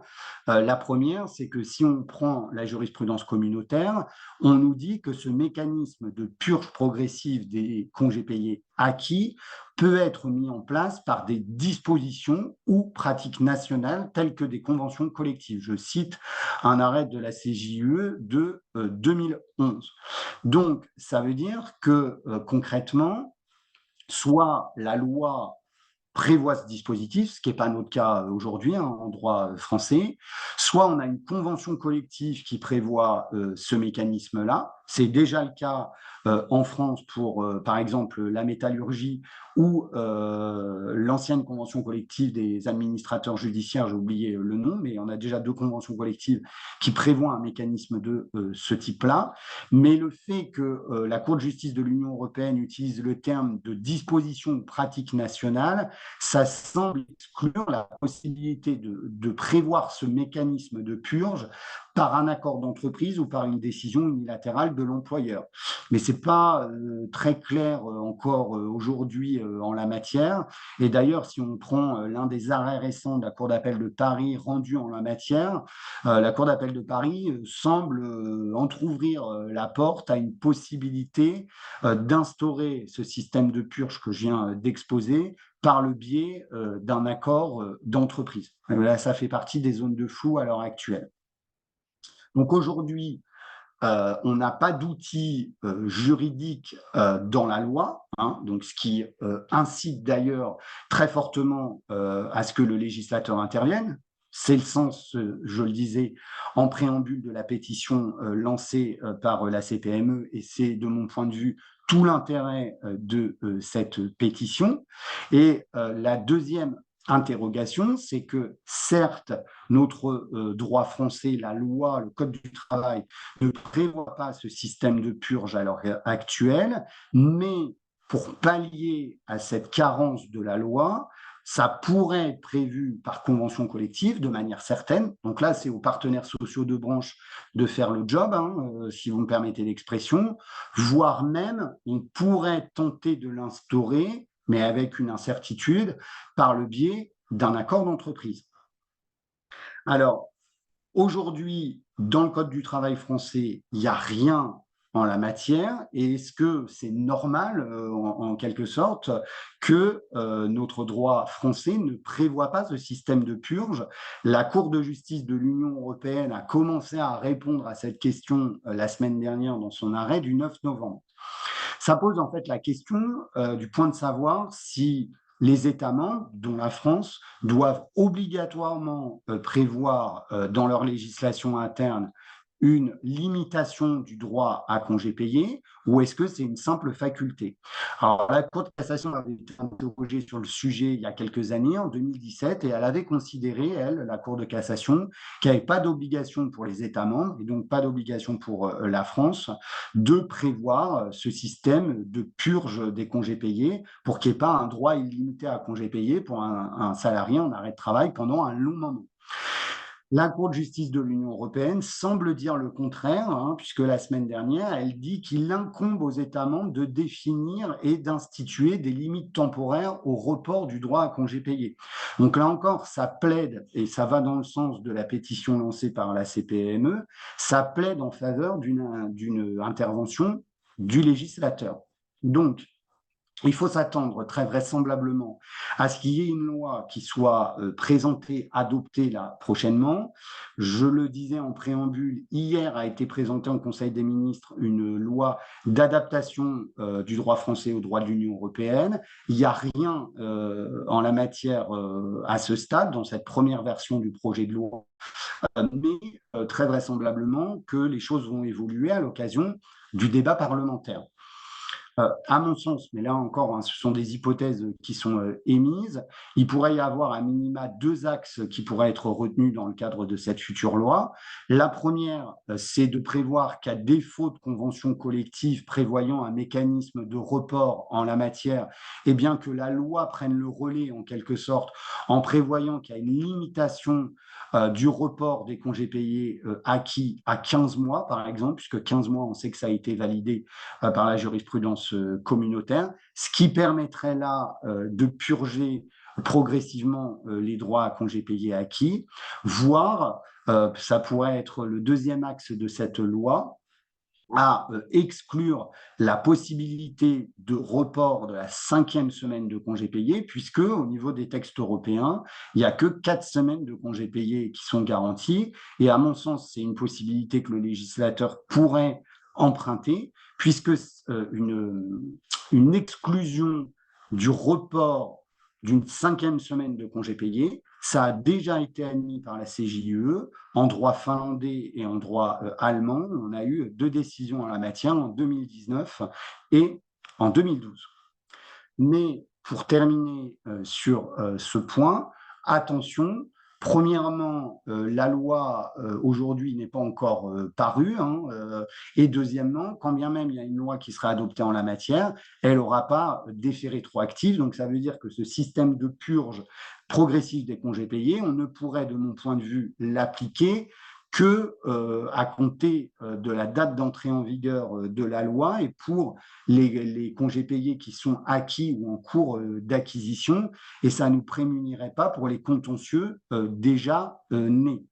Mais il faut également vérifier, convention collective par convention collective, ce qui est prévu en la matière.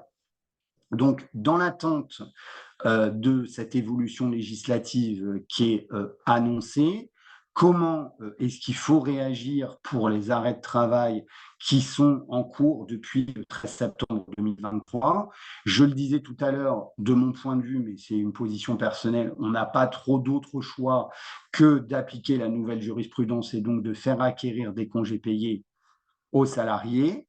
Est-ce qu'on peut se prévaloir d'une purge progressive des droits à congés payés alors même que la loi ne prévoit rien aujourd'hui et dans l'attente de l'adoption d'une loi? Le Conseil d'État, dans un avis de 2017, l'a admis, alors pour un fonctionnaire, hein, donc ce n'est pas le Code du travail qui s'applique, mais le Conseil d'État l'a admis, et la Cour d'appel de Versailles, là encore c'est très récent, le 13 octobre dernier, également l'a admis. Donc en fonction des demandes qui peuvent être présentées ou des contentieux en cours, ça peut être autant d'arguments qu'on peut faire prévaloir. Rapidement, parce que je vois que l'heure tourne et je voudrais garder du temps pour les questions-réponses. Qu'est-ce qu'il en est pour les entreprises qui relèvent d'une caisse des congés payés, notamment les entreprises du bâtiment? Est-ce que ce revirement de jurisprudence leur est applicable? La réponse est oui. Deuxième question, sur qui va peser le risque, hein, à l'encontre de qui les salariés vont pouvoir formuler des demandes de régularisation de congés payés? En principe, les demandes de régularisation de congés payés pour les entreprises du bâtiment doivent être formées à l'encontre de la caisse, hein, la CIBTP, la Caisse des congés payés du bâtiment, mais c'est sous réserve que l'employeur ait, c'est toujours la même logique, accompli les diligences qui lui incombent en matière de congés payés. Donc il y a un risque que les actions puissent être dirigées non pas directement contre la CIBTP, mais contre les entreprises du bâtiment. Et ça risque très vraisemblablement de se traduire par une augmentation substantielle des cotisations que payent les entreprises du bâtiment à la CIBTP.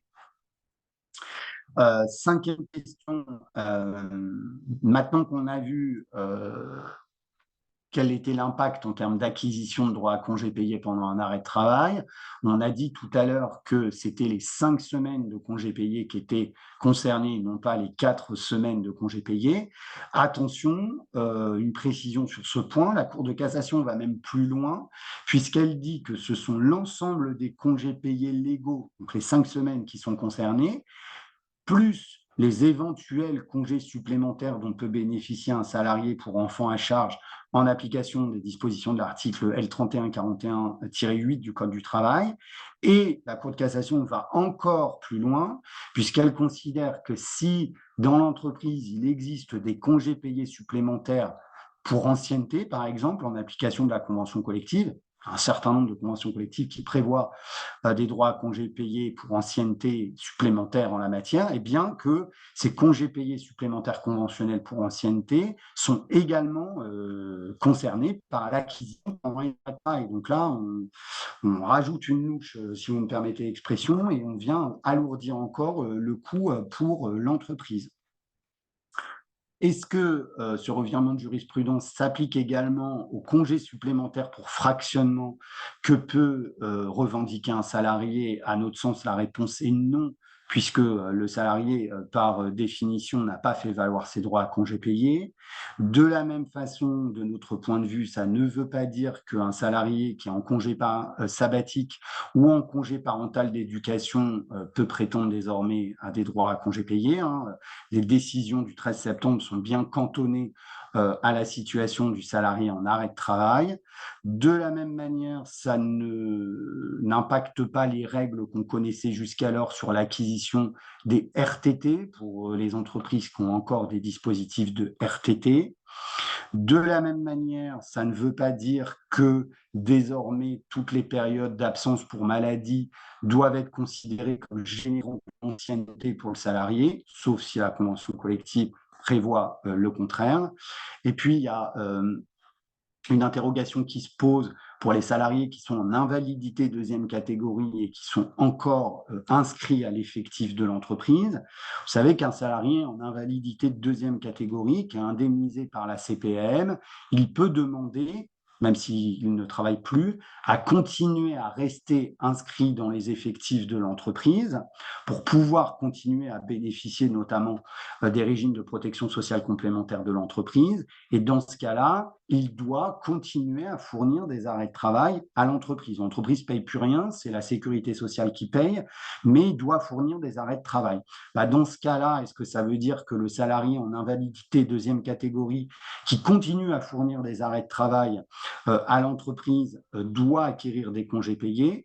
À notre sens, c'est une particularité, c'est un cas tout à fait spécifique et la réponse est non, puisqu'en fait, c'est le salarié qui demande à rester inscrit à l'effectif et certes, il continue à produire des arrêts de travail, mais en fait, ça découle directement de son choix de rester inscrit à l'effectif de l'entreprise et ça permet, de notre point de vue, de ne pas lui reconnaître de droit à congé payé acquis.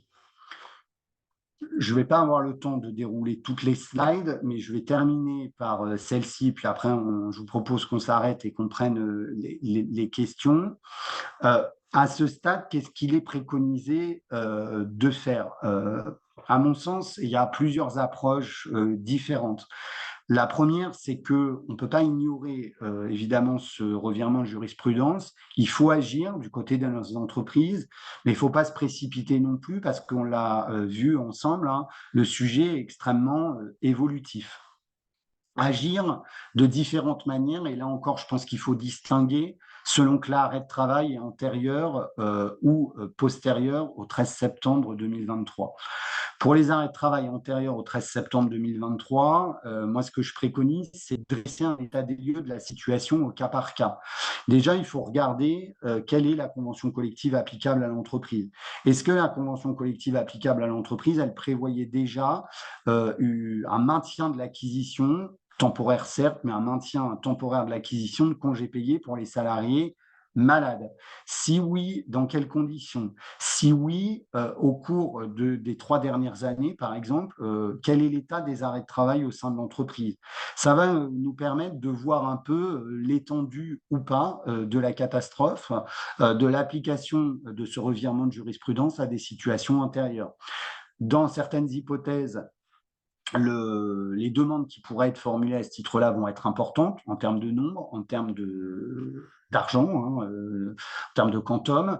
Dans d'autres cas, ça va être très peu important en termes de quantum et il y aura peut-être un intérêt à régulariser. Et si on ne régularise pas, eh bien, il y aura probablement un intérêt, et là, les experts comptables vont être sollicités en la matière, à provisionner le risque. Et là, il y a des choix qui vont devoir être opérés pour les bilans qui vont être arrêtés en fin d'année sur le fait de faire figurer des provisions ou pas. Si on a une demande de régularisation d'un salarié, donc on a la possibilité de régulariser spontanément, mais si on ne régularise pas spontanément et qu'on attend les demandes de régularisation formulées par les salariés, va se poser la question de savoir jusqu'à quand il faut remonter avec les différentes hypothèses de prescription qu'on évoquait tout à l'heure. De mon point de vue, tant que vous n'avez pas de demandes qui sont formulées par un salarié, vous pouvez faire le choix, je ne dis pas que c'est ce qu'il faut faire, mais vous pouvez faire le choix d'attendre. En revanche, à partir du moment où on a une demande de régularisation en bonne et due forme qui est formulée par un salarié, à minima, il faut répondre. argumenter auprès de lui, sinon on s'expose à un risque de prise d'acte de la rupture du contrat de travail ou à une demande de résiliation judiciaire du contrat de travail.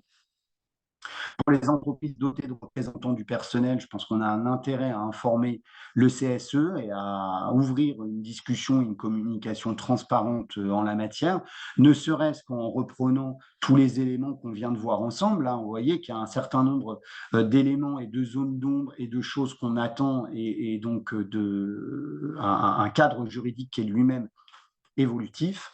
Et puis pour les arrêts de travail prescrits depuis le 13 septembre 2023, je le disais, une nécessité, de mon point de vue, de modifier le paramétrage de paye. En tout état de cause, ça oblige, en termes de pratique RH, de mon point de vue, à redéfinir la politique de gestion des congés payés dans l'entreprise, en veillant bien, désormais, mais plus qu'auparavant, je dirais, à informer les salariés sur leurs droits à congés payés.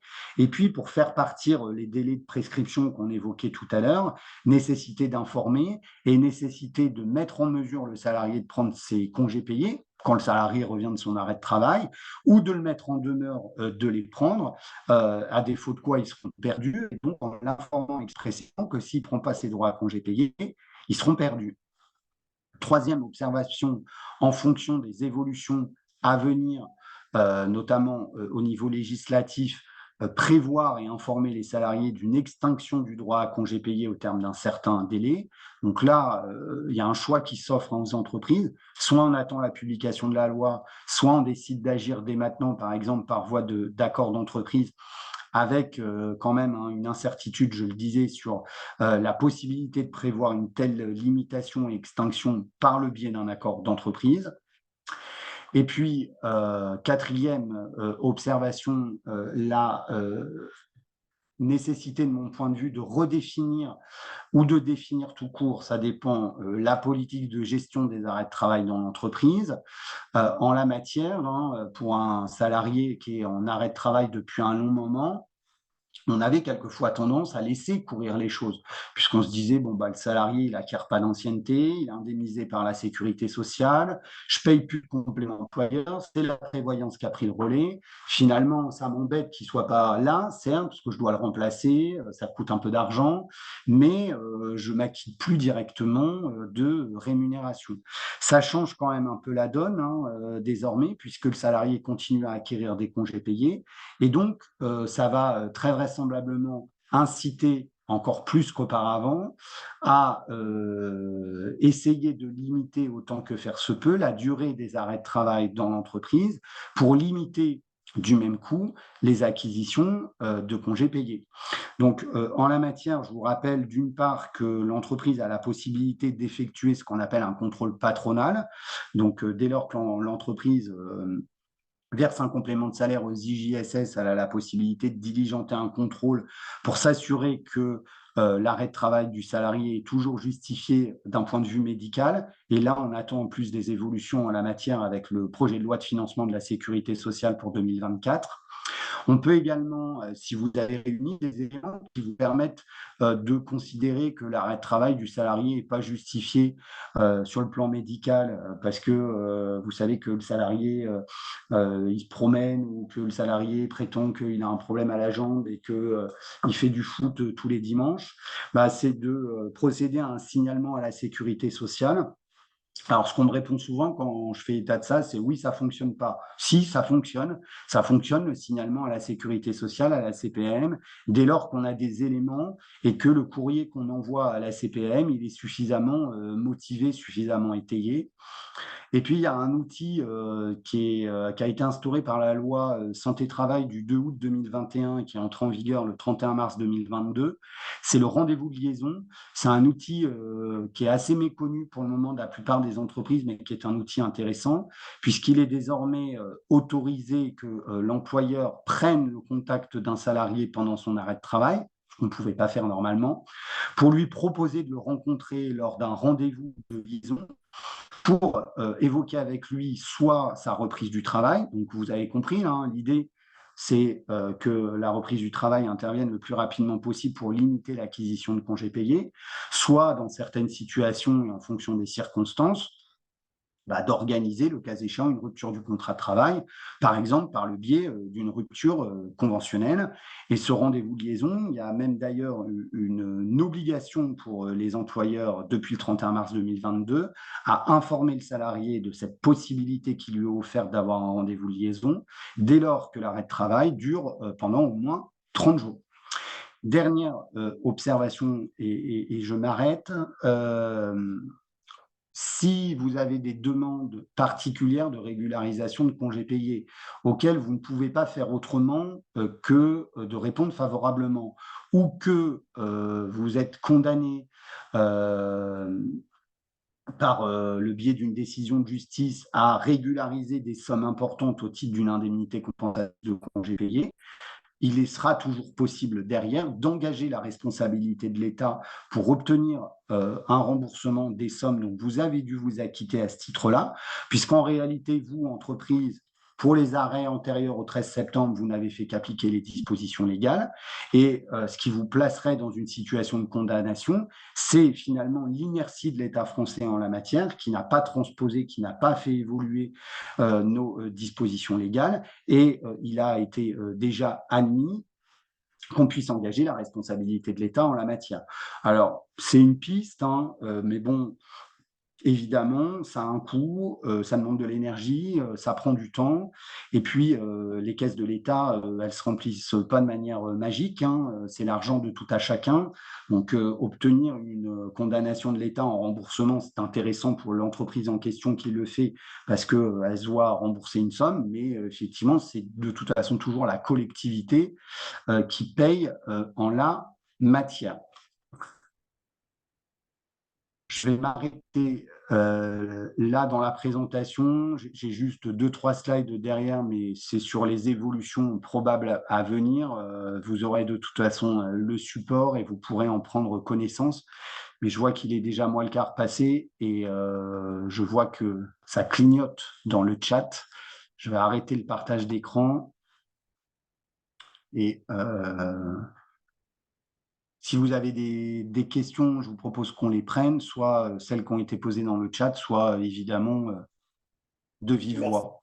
Oui, merci Johan. Alors, je te propose qu'on reprenne. Alors, tu as abordé, je vois qu'il y a quand même pas mal de points qui ont déjà été abordés lors de ta présentation, mais je te propose que l'on reprenne les questions les unes après les autres, Oui, au cas où il y aurait des incompréhensions ou besoin de repartir sur une alors je réexplication. remonte le chat. Alors, Alors, attends, bouge pas. peut-on penser que dans ce Cas particulier. dans le cas particulier d'un salarié en arrêt et déclaré inapte, la Cour de cassation reviendra également sur la possibilité de le licencier pour inaptitude? Je ne suis pas sûr de comprendre votre question, Madame Dupont, je crois. Est-ce que vous Constance. pouvez... Oui, absolument. Bonjour, Bonjour. maître. Merci beaucoup pour cette intervention. C'est très clair. Moi, je suis une ancienne RRH en plus, donc c'est très parlant. Alors, je sors un peu effectivement du sujet des congés payés, mais ce revirement de jurisprudence est tellement étonnant que je me demandais jusqu'à quel point ils allaient pouvoir aller. Et c'est vrai Ouais, que l'employeur avait cette possibilité quand il y avait des arrêts de très longue durée en fonction de la convention collective applicable. Alors parfois c'était 9 mois, 1 an, de dire voilà que pour des organisations ou dans le cas d'accord, je d'une comprends mieux. inaptitude de licencier, je m'interroge juste sur cette possibilité de la Cour de cassation d'intervenir aussi sur cet aspect-là de séparation.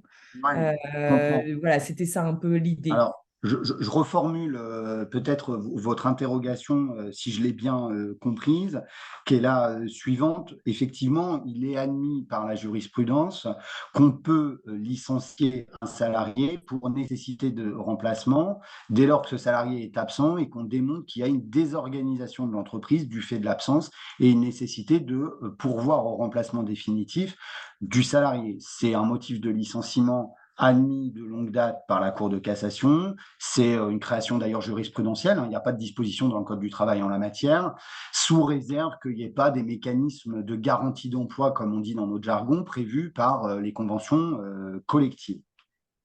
Alors, première observation, mais en fait, c'était ma slide suivante sur laquelle je me suis arrêté, donc ça me donne l'occasion d'en dire quelques mots néanmoins, parce que ce que j'entends ici ou là, c'est oh bah là, maintenant il va falloir licencier absolument les salariés qui se trouvent en arrêt de travail. Alors, c'est un peu la fausse bonne idée, comme on dit, hein, et là, c'est attention danger, parce que évidemment, on ne va pas pouvoir licencier à tour de bras les salariés en arrêt de travail.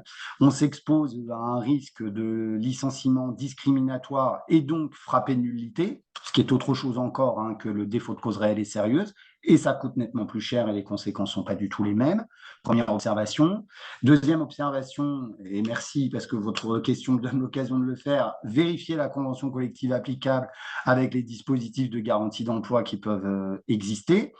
Et troisième observation, le licenciement pour nécessité de remplacement et désorganisation de l'entreprise, c'est toujours un licenciement un peu glissant, pour être poli, en étant enregistré, et qui est réservé quand même à un certain type de poste, hein, et notamment des postes soit de haut niveau, soit dans lesquels on a une pénurie avérée de candidats et on démontre qu'on n'arrive pas à recruter.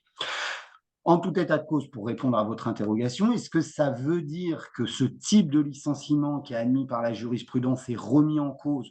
Je ne crois pas. Je ne crois pas que ça soit le sens de cette décision du 13 septembre, qui, encore une fois, ne fait que découler de la propre position de la CJUE.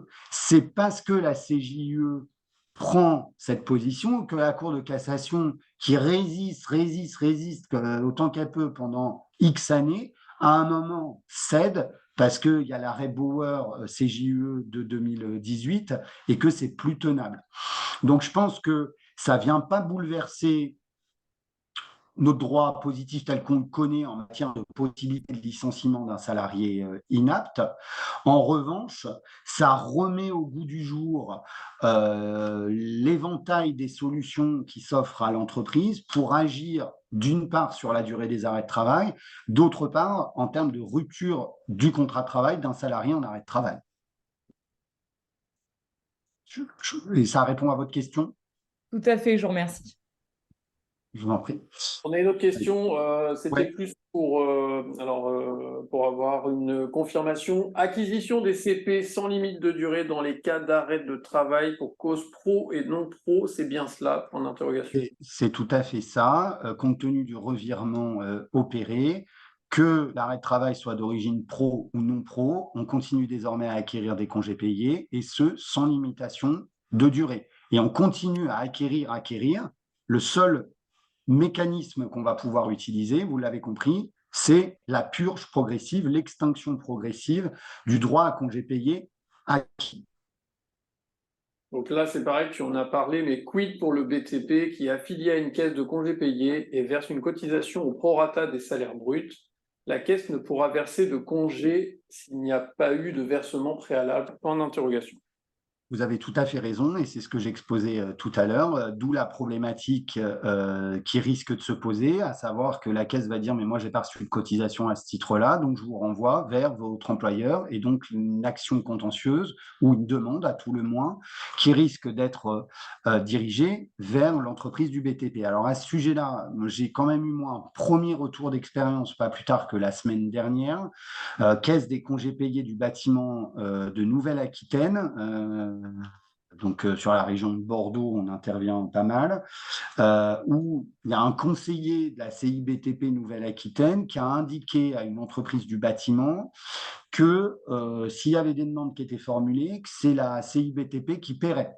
Alors, si c'est le cas, c'est une bonne nouvelle, mais je suis un peu étonné. En revanche, j'attends de voir le montant d'augmentation des cotisations. D'accord. Constance, pareil, une deuxième question. Quid des entreprises qui ont un compte épargne-temps? La purge est-elle possible dans ce cas? Alors, à mon Une petite sens, précision, si je peux me ouais, permettre, parce que vous avez allez-y. parlé effectivement de la non-possibilité pour les salariés qui étaient absents et qui reviennent de prendre leur congé. Toutefois, est-il Ouais. possible de demander le paiement, ce qui est un petit peu différent? Et c'est vrai qu'il y a des grosses structures qui ont des CET, et je me suis dit, c'est une petite subtilité qui peut permettre aux salariés de contourner un peu et dire, bah non, je les ai tous placés, je suis en arrêt, mais j'ai quand même accès.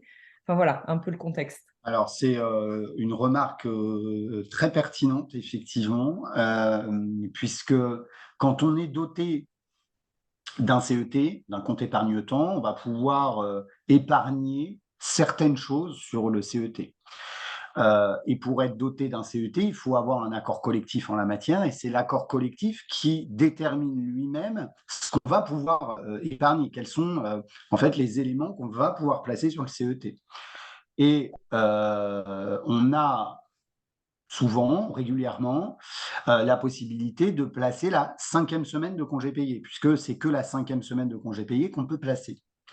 Si je suis un salarié en arrêt de travail, longue durée, que je continue à acquérir au fil de l'eau des CP, et que effectivement je place ma 5e semaine sur le CET, ça me permet d'échapper à la purge. Et c'est là que je trouve que votre remarque, j'y avais pas pensé, hein, est vraiment très pertinente. Mais ça veut dire, je déroule l'idée. Je ne sais pas s'il faut aller jusqu'à dire, mais en tout cas, c'est la question que je pose. Est-ce qu'on n'a pas intérêt, du coup, maintenant, dans les accords CET, à interdire la possibilité d'épargner la 5e semaine de congé payé? Parce que sinon, l'entreprise se trouve lésée dans une situation comme celle-ci. Et pour les entreprises qui sont déjà dotées d'un CET en application duquel, par le biais de l'accord, il est possible de capitaliser la 5e semaine, bah peut-être qu'il y a une nécessité de rouvrir des négociations pour effectivement adapter les choses en la matière.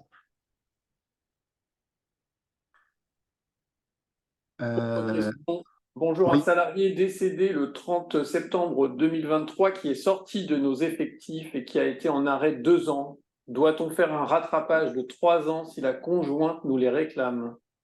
Alors, il est décédé en septembre 2023, il est forcément sorti des effectifs, il a été en arrêt de travail 2 ans. Si vous avez une demande qui est formulée par la veuve, effectivement, en sa qualité d'ayant droit, elle a la possibilité de formuler une demande, voire de saisir le conseil de prud'homme si elle le souhaite. Effectivement. Mais là, moi, je ne bougerai pas. J'attendrai de voir ce qui se passe. Et puis, si vous avez une demande qui est formulée à ce titre-là, dans un premier temps, il faut faire une réponse argumentée avec les différents éléments qu'on a vus ensemble tout à l'heure, à adapter au cas par cas. Nathalie nous dit exclusion de l'acquisition de droits à congés payés pour la 5e semaine de CP possible, d'autant qu'il y a 4 semaines garanties en cas d'arrêt pour accident du travail, maladie professionnelle, donc ATMP. Il y aurait donc harmonisation entre arrêt pour maladie ordinaire et arrêt pour ATMP. Oui, alors ça, c'est, je pense, par rapport à ce qu'on évoquait sur ce que pourrait contenir la future loi en la matière, à savoir une limitation de l'acquisition des congés payés, c'est ça? Nathalie, tu peux prendre la parole si tu veux.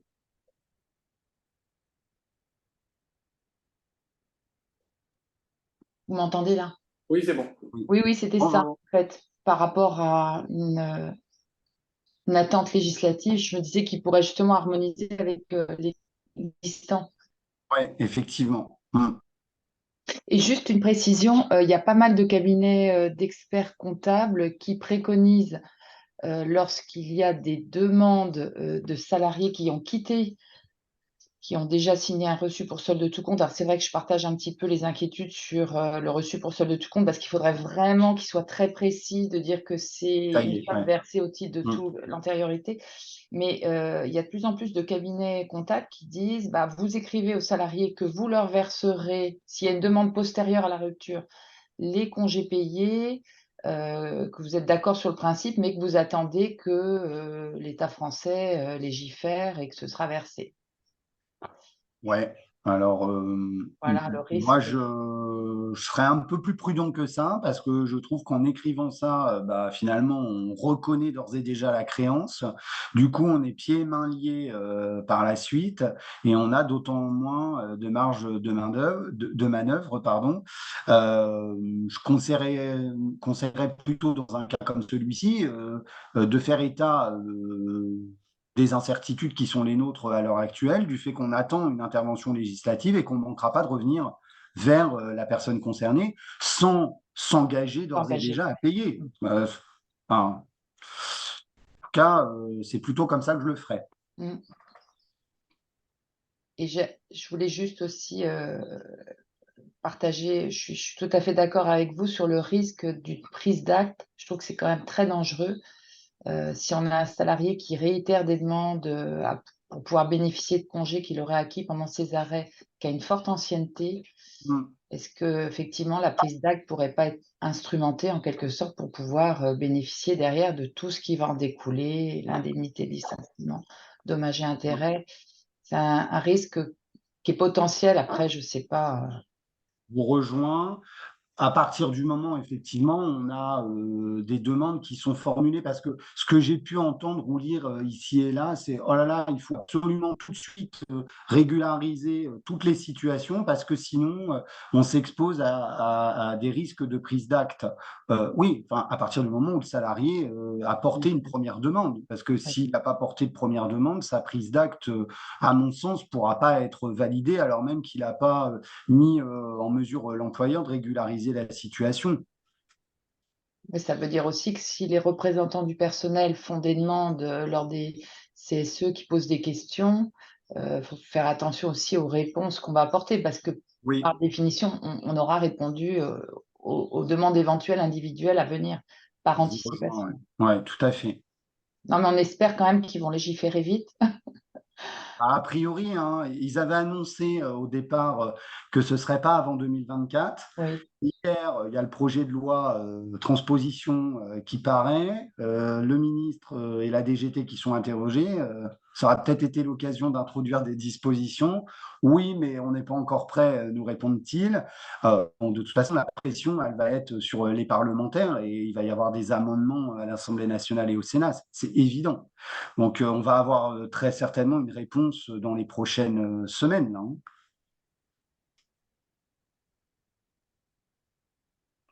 On a une autre intervention. Alors pour le contrôle patronal, pardon, contrôle patronal, je peux vous donner des coordonnées d'organismes pour l'organiser. Oui, De même, je peux faire le relais pour le signalement, les signalements auprès de la sécurité sociale.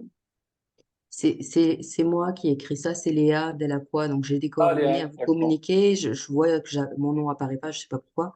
Donc, et puis, j'ai aussi les coordonnées de tous les services de contrôle des CPAM, des différents départements. Donc, n'hésitez pas à me faire remonter vos signalements d'arrêt abusifs. Voilà, je peux les faire remonter. D'accord. Et pour le Alors, nom, tu le changes directement sur Zoom. Directement là où c'est marqué utilisateur, tu cliques dessus, normalement ça change. Donc ça, c'est pour tout le monde.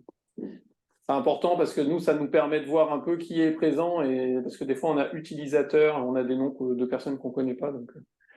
Ensuite, on a très belle synthèse, Johan. Voilà, merci. on a les éloges. Là, ça va commencer. Donc, très belle synthèse, merci. Merci Oui, beaucoup on peut pour passer votre temps. là-dessus. Non, mais c'est important, Johan. Donc, merci, Johan, toujours très clair. Merci à vous de m'avoir écouté pendant quasiment 2 heures sur un sujet qui est certes passionnant mais un peu technique, hein, et faut rester concentré sur les différents mécanismes. Je pense que on n'a pas fini hein, d'explorer l'ensemble des possibilités sur ce revirement de jurisprudence.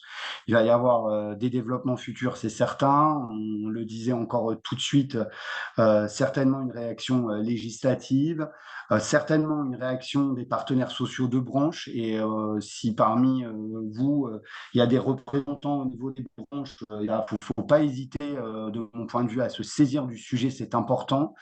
Et puis au niveau des entreprises, évidemment, qui sont en première ligne dans l'adaptation des pratiques RH.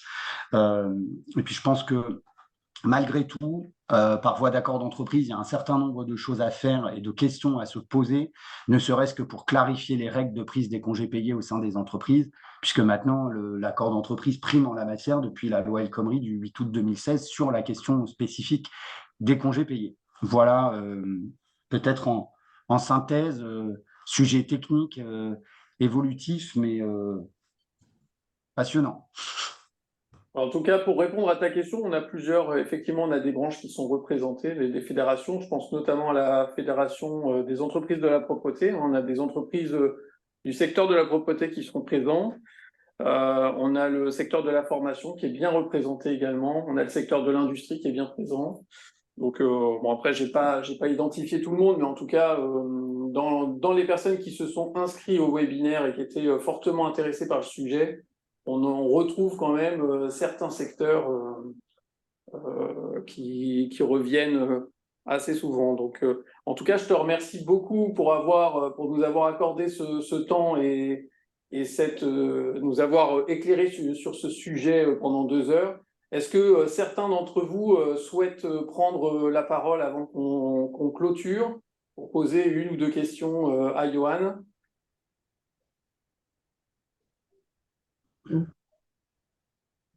C'est bon pour tout le monde?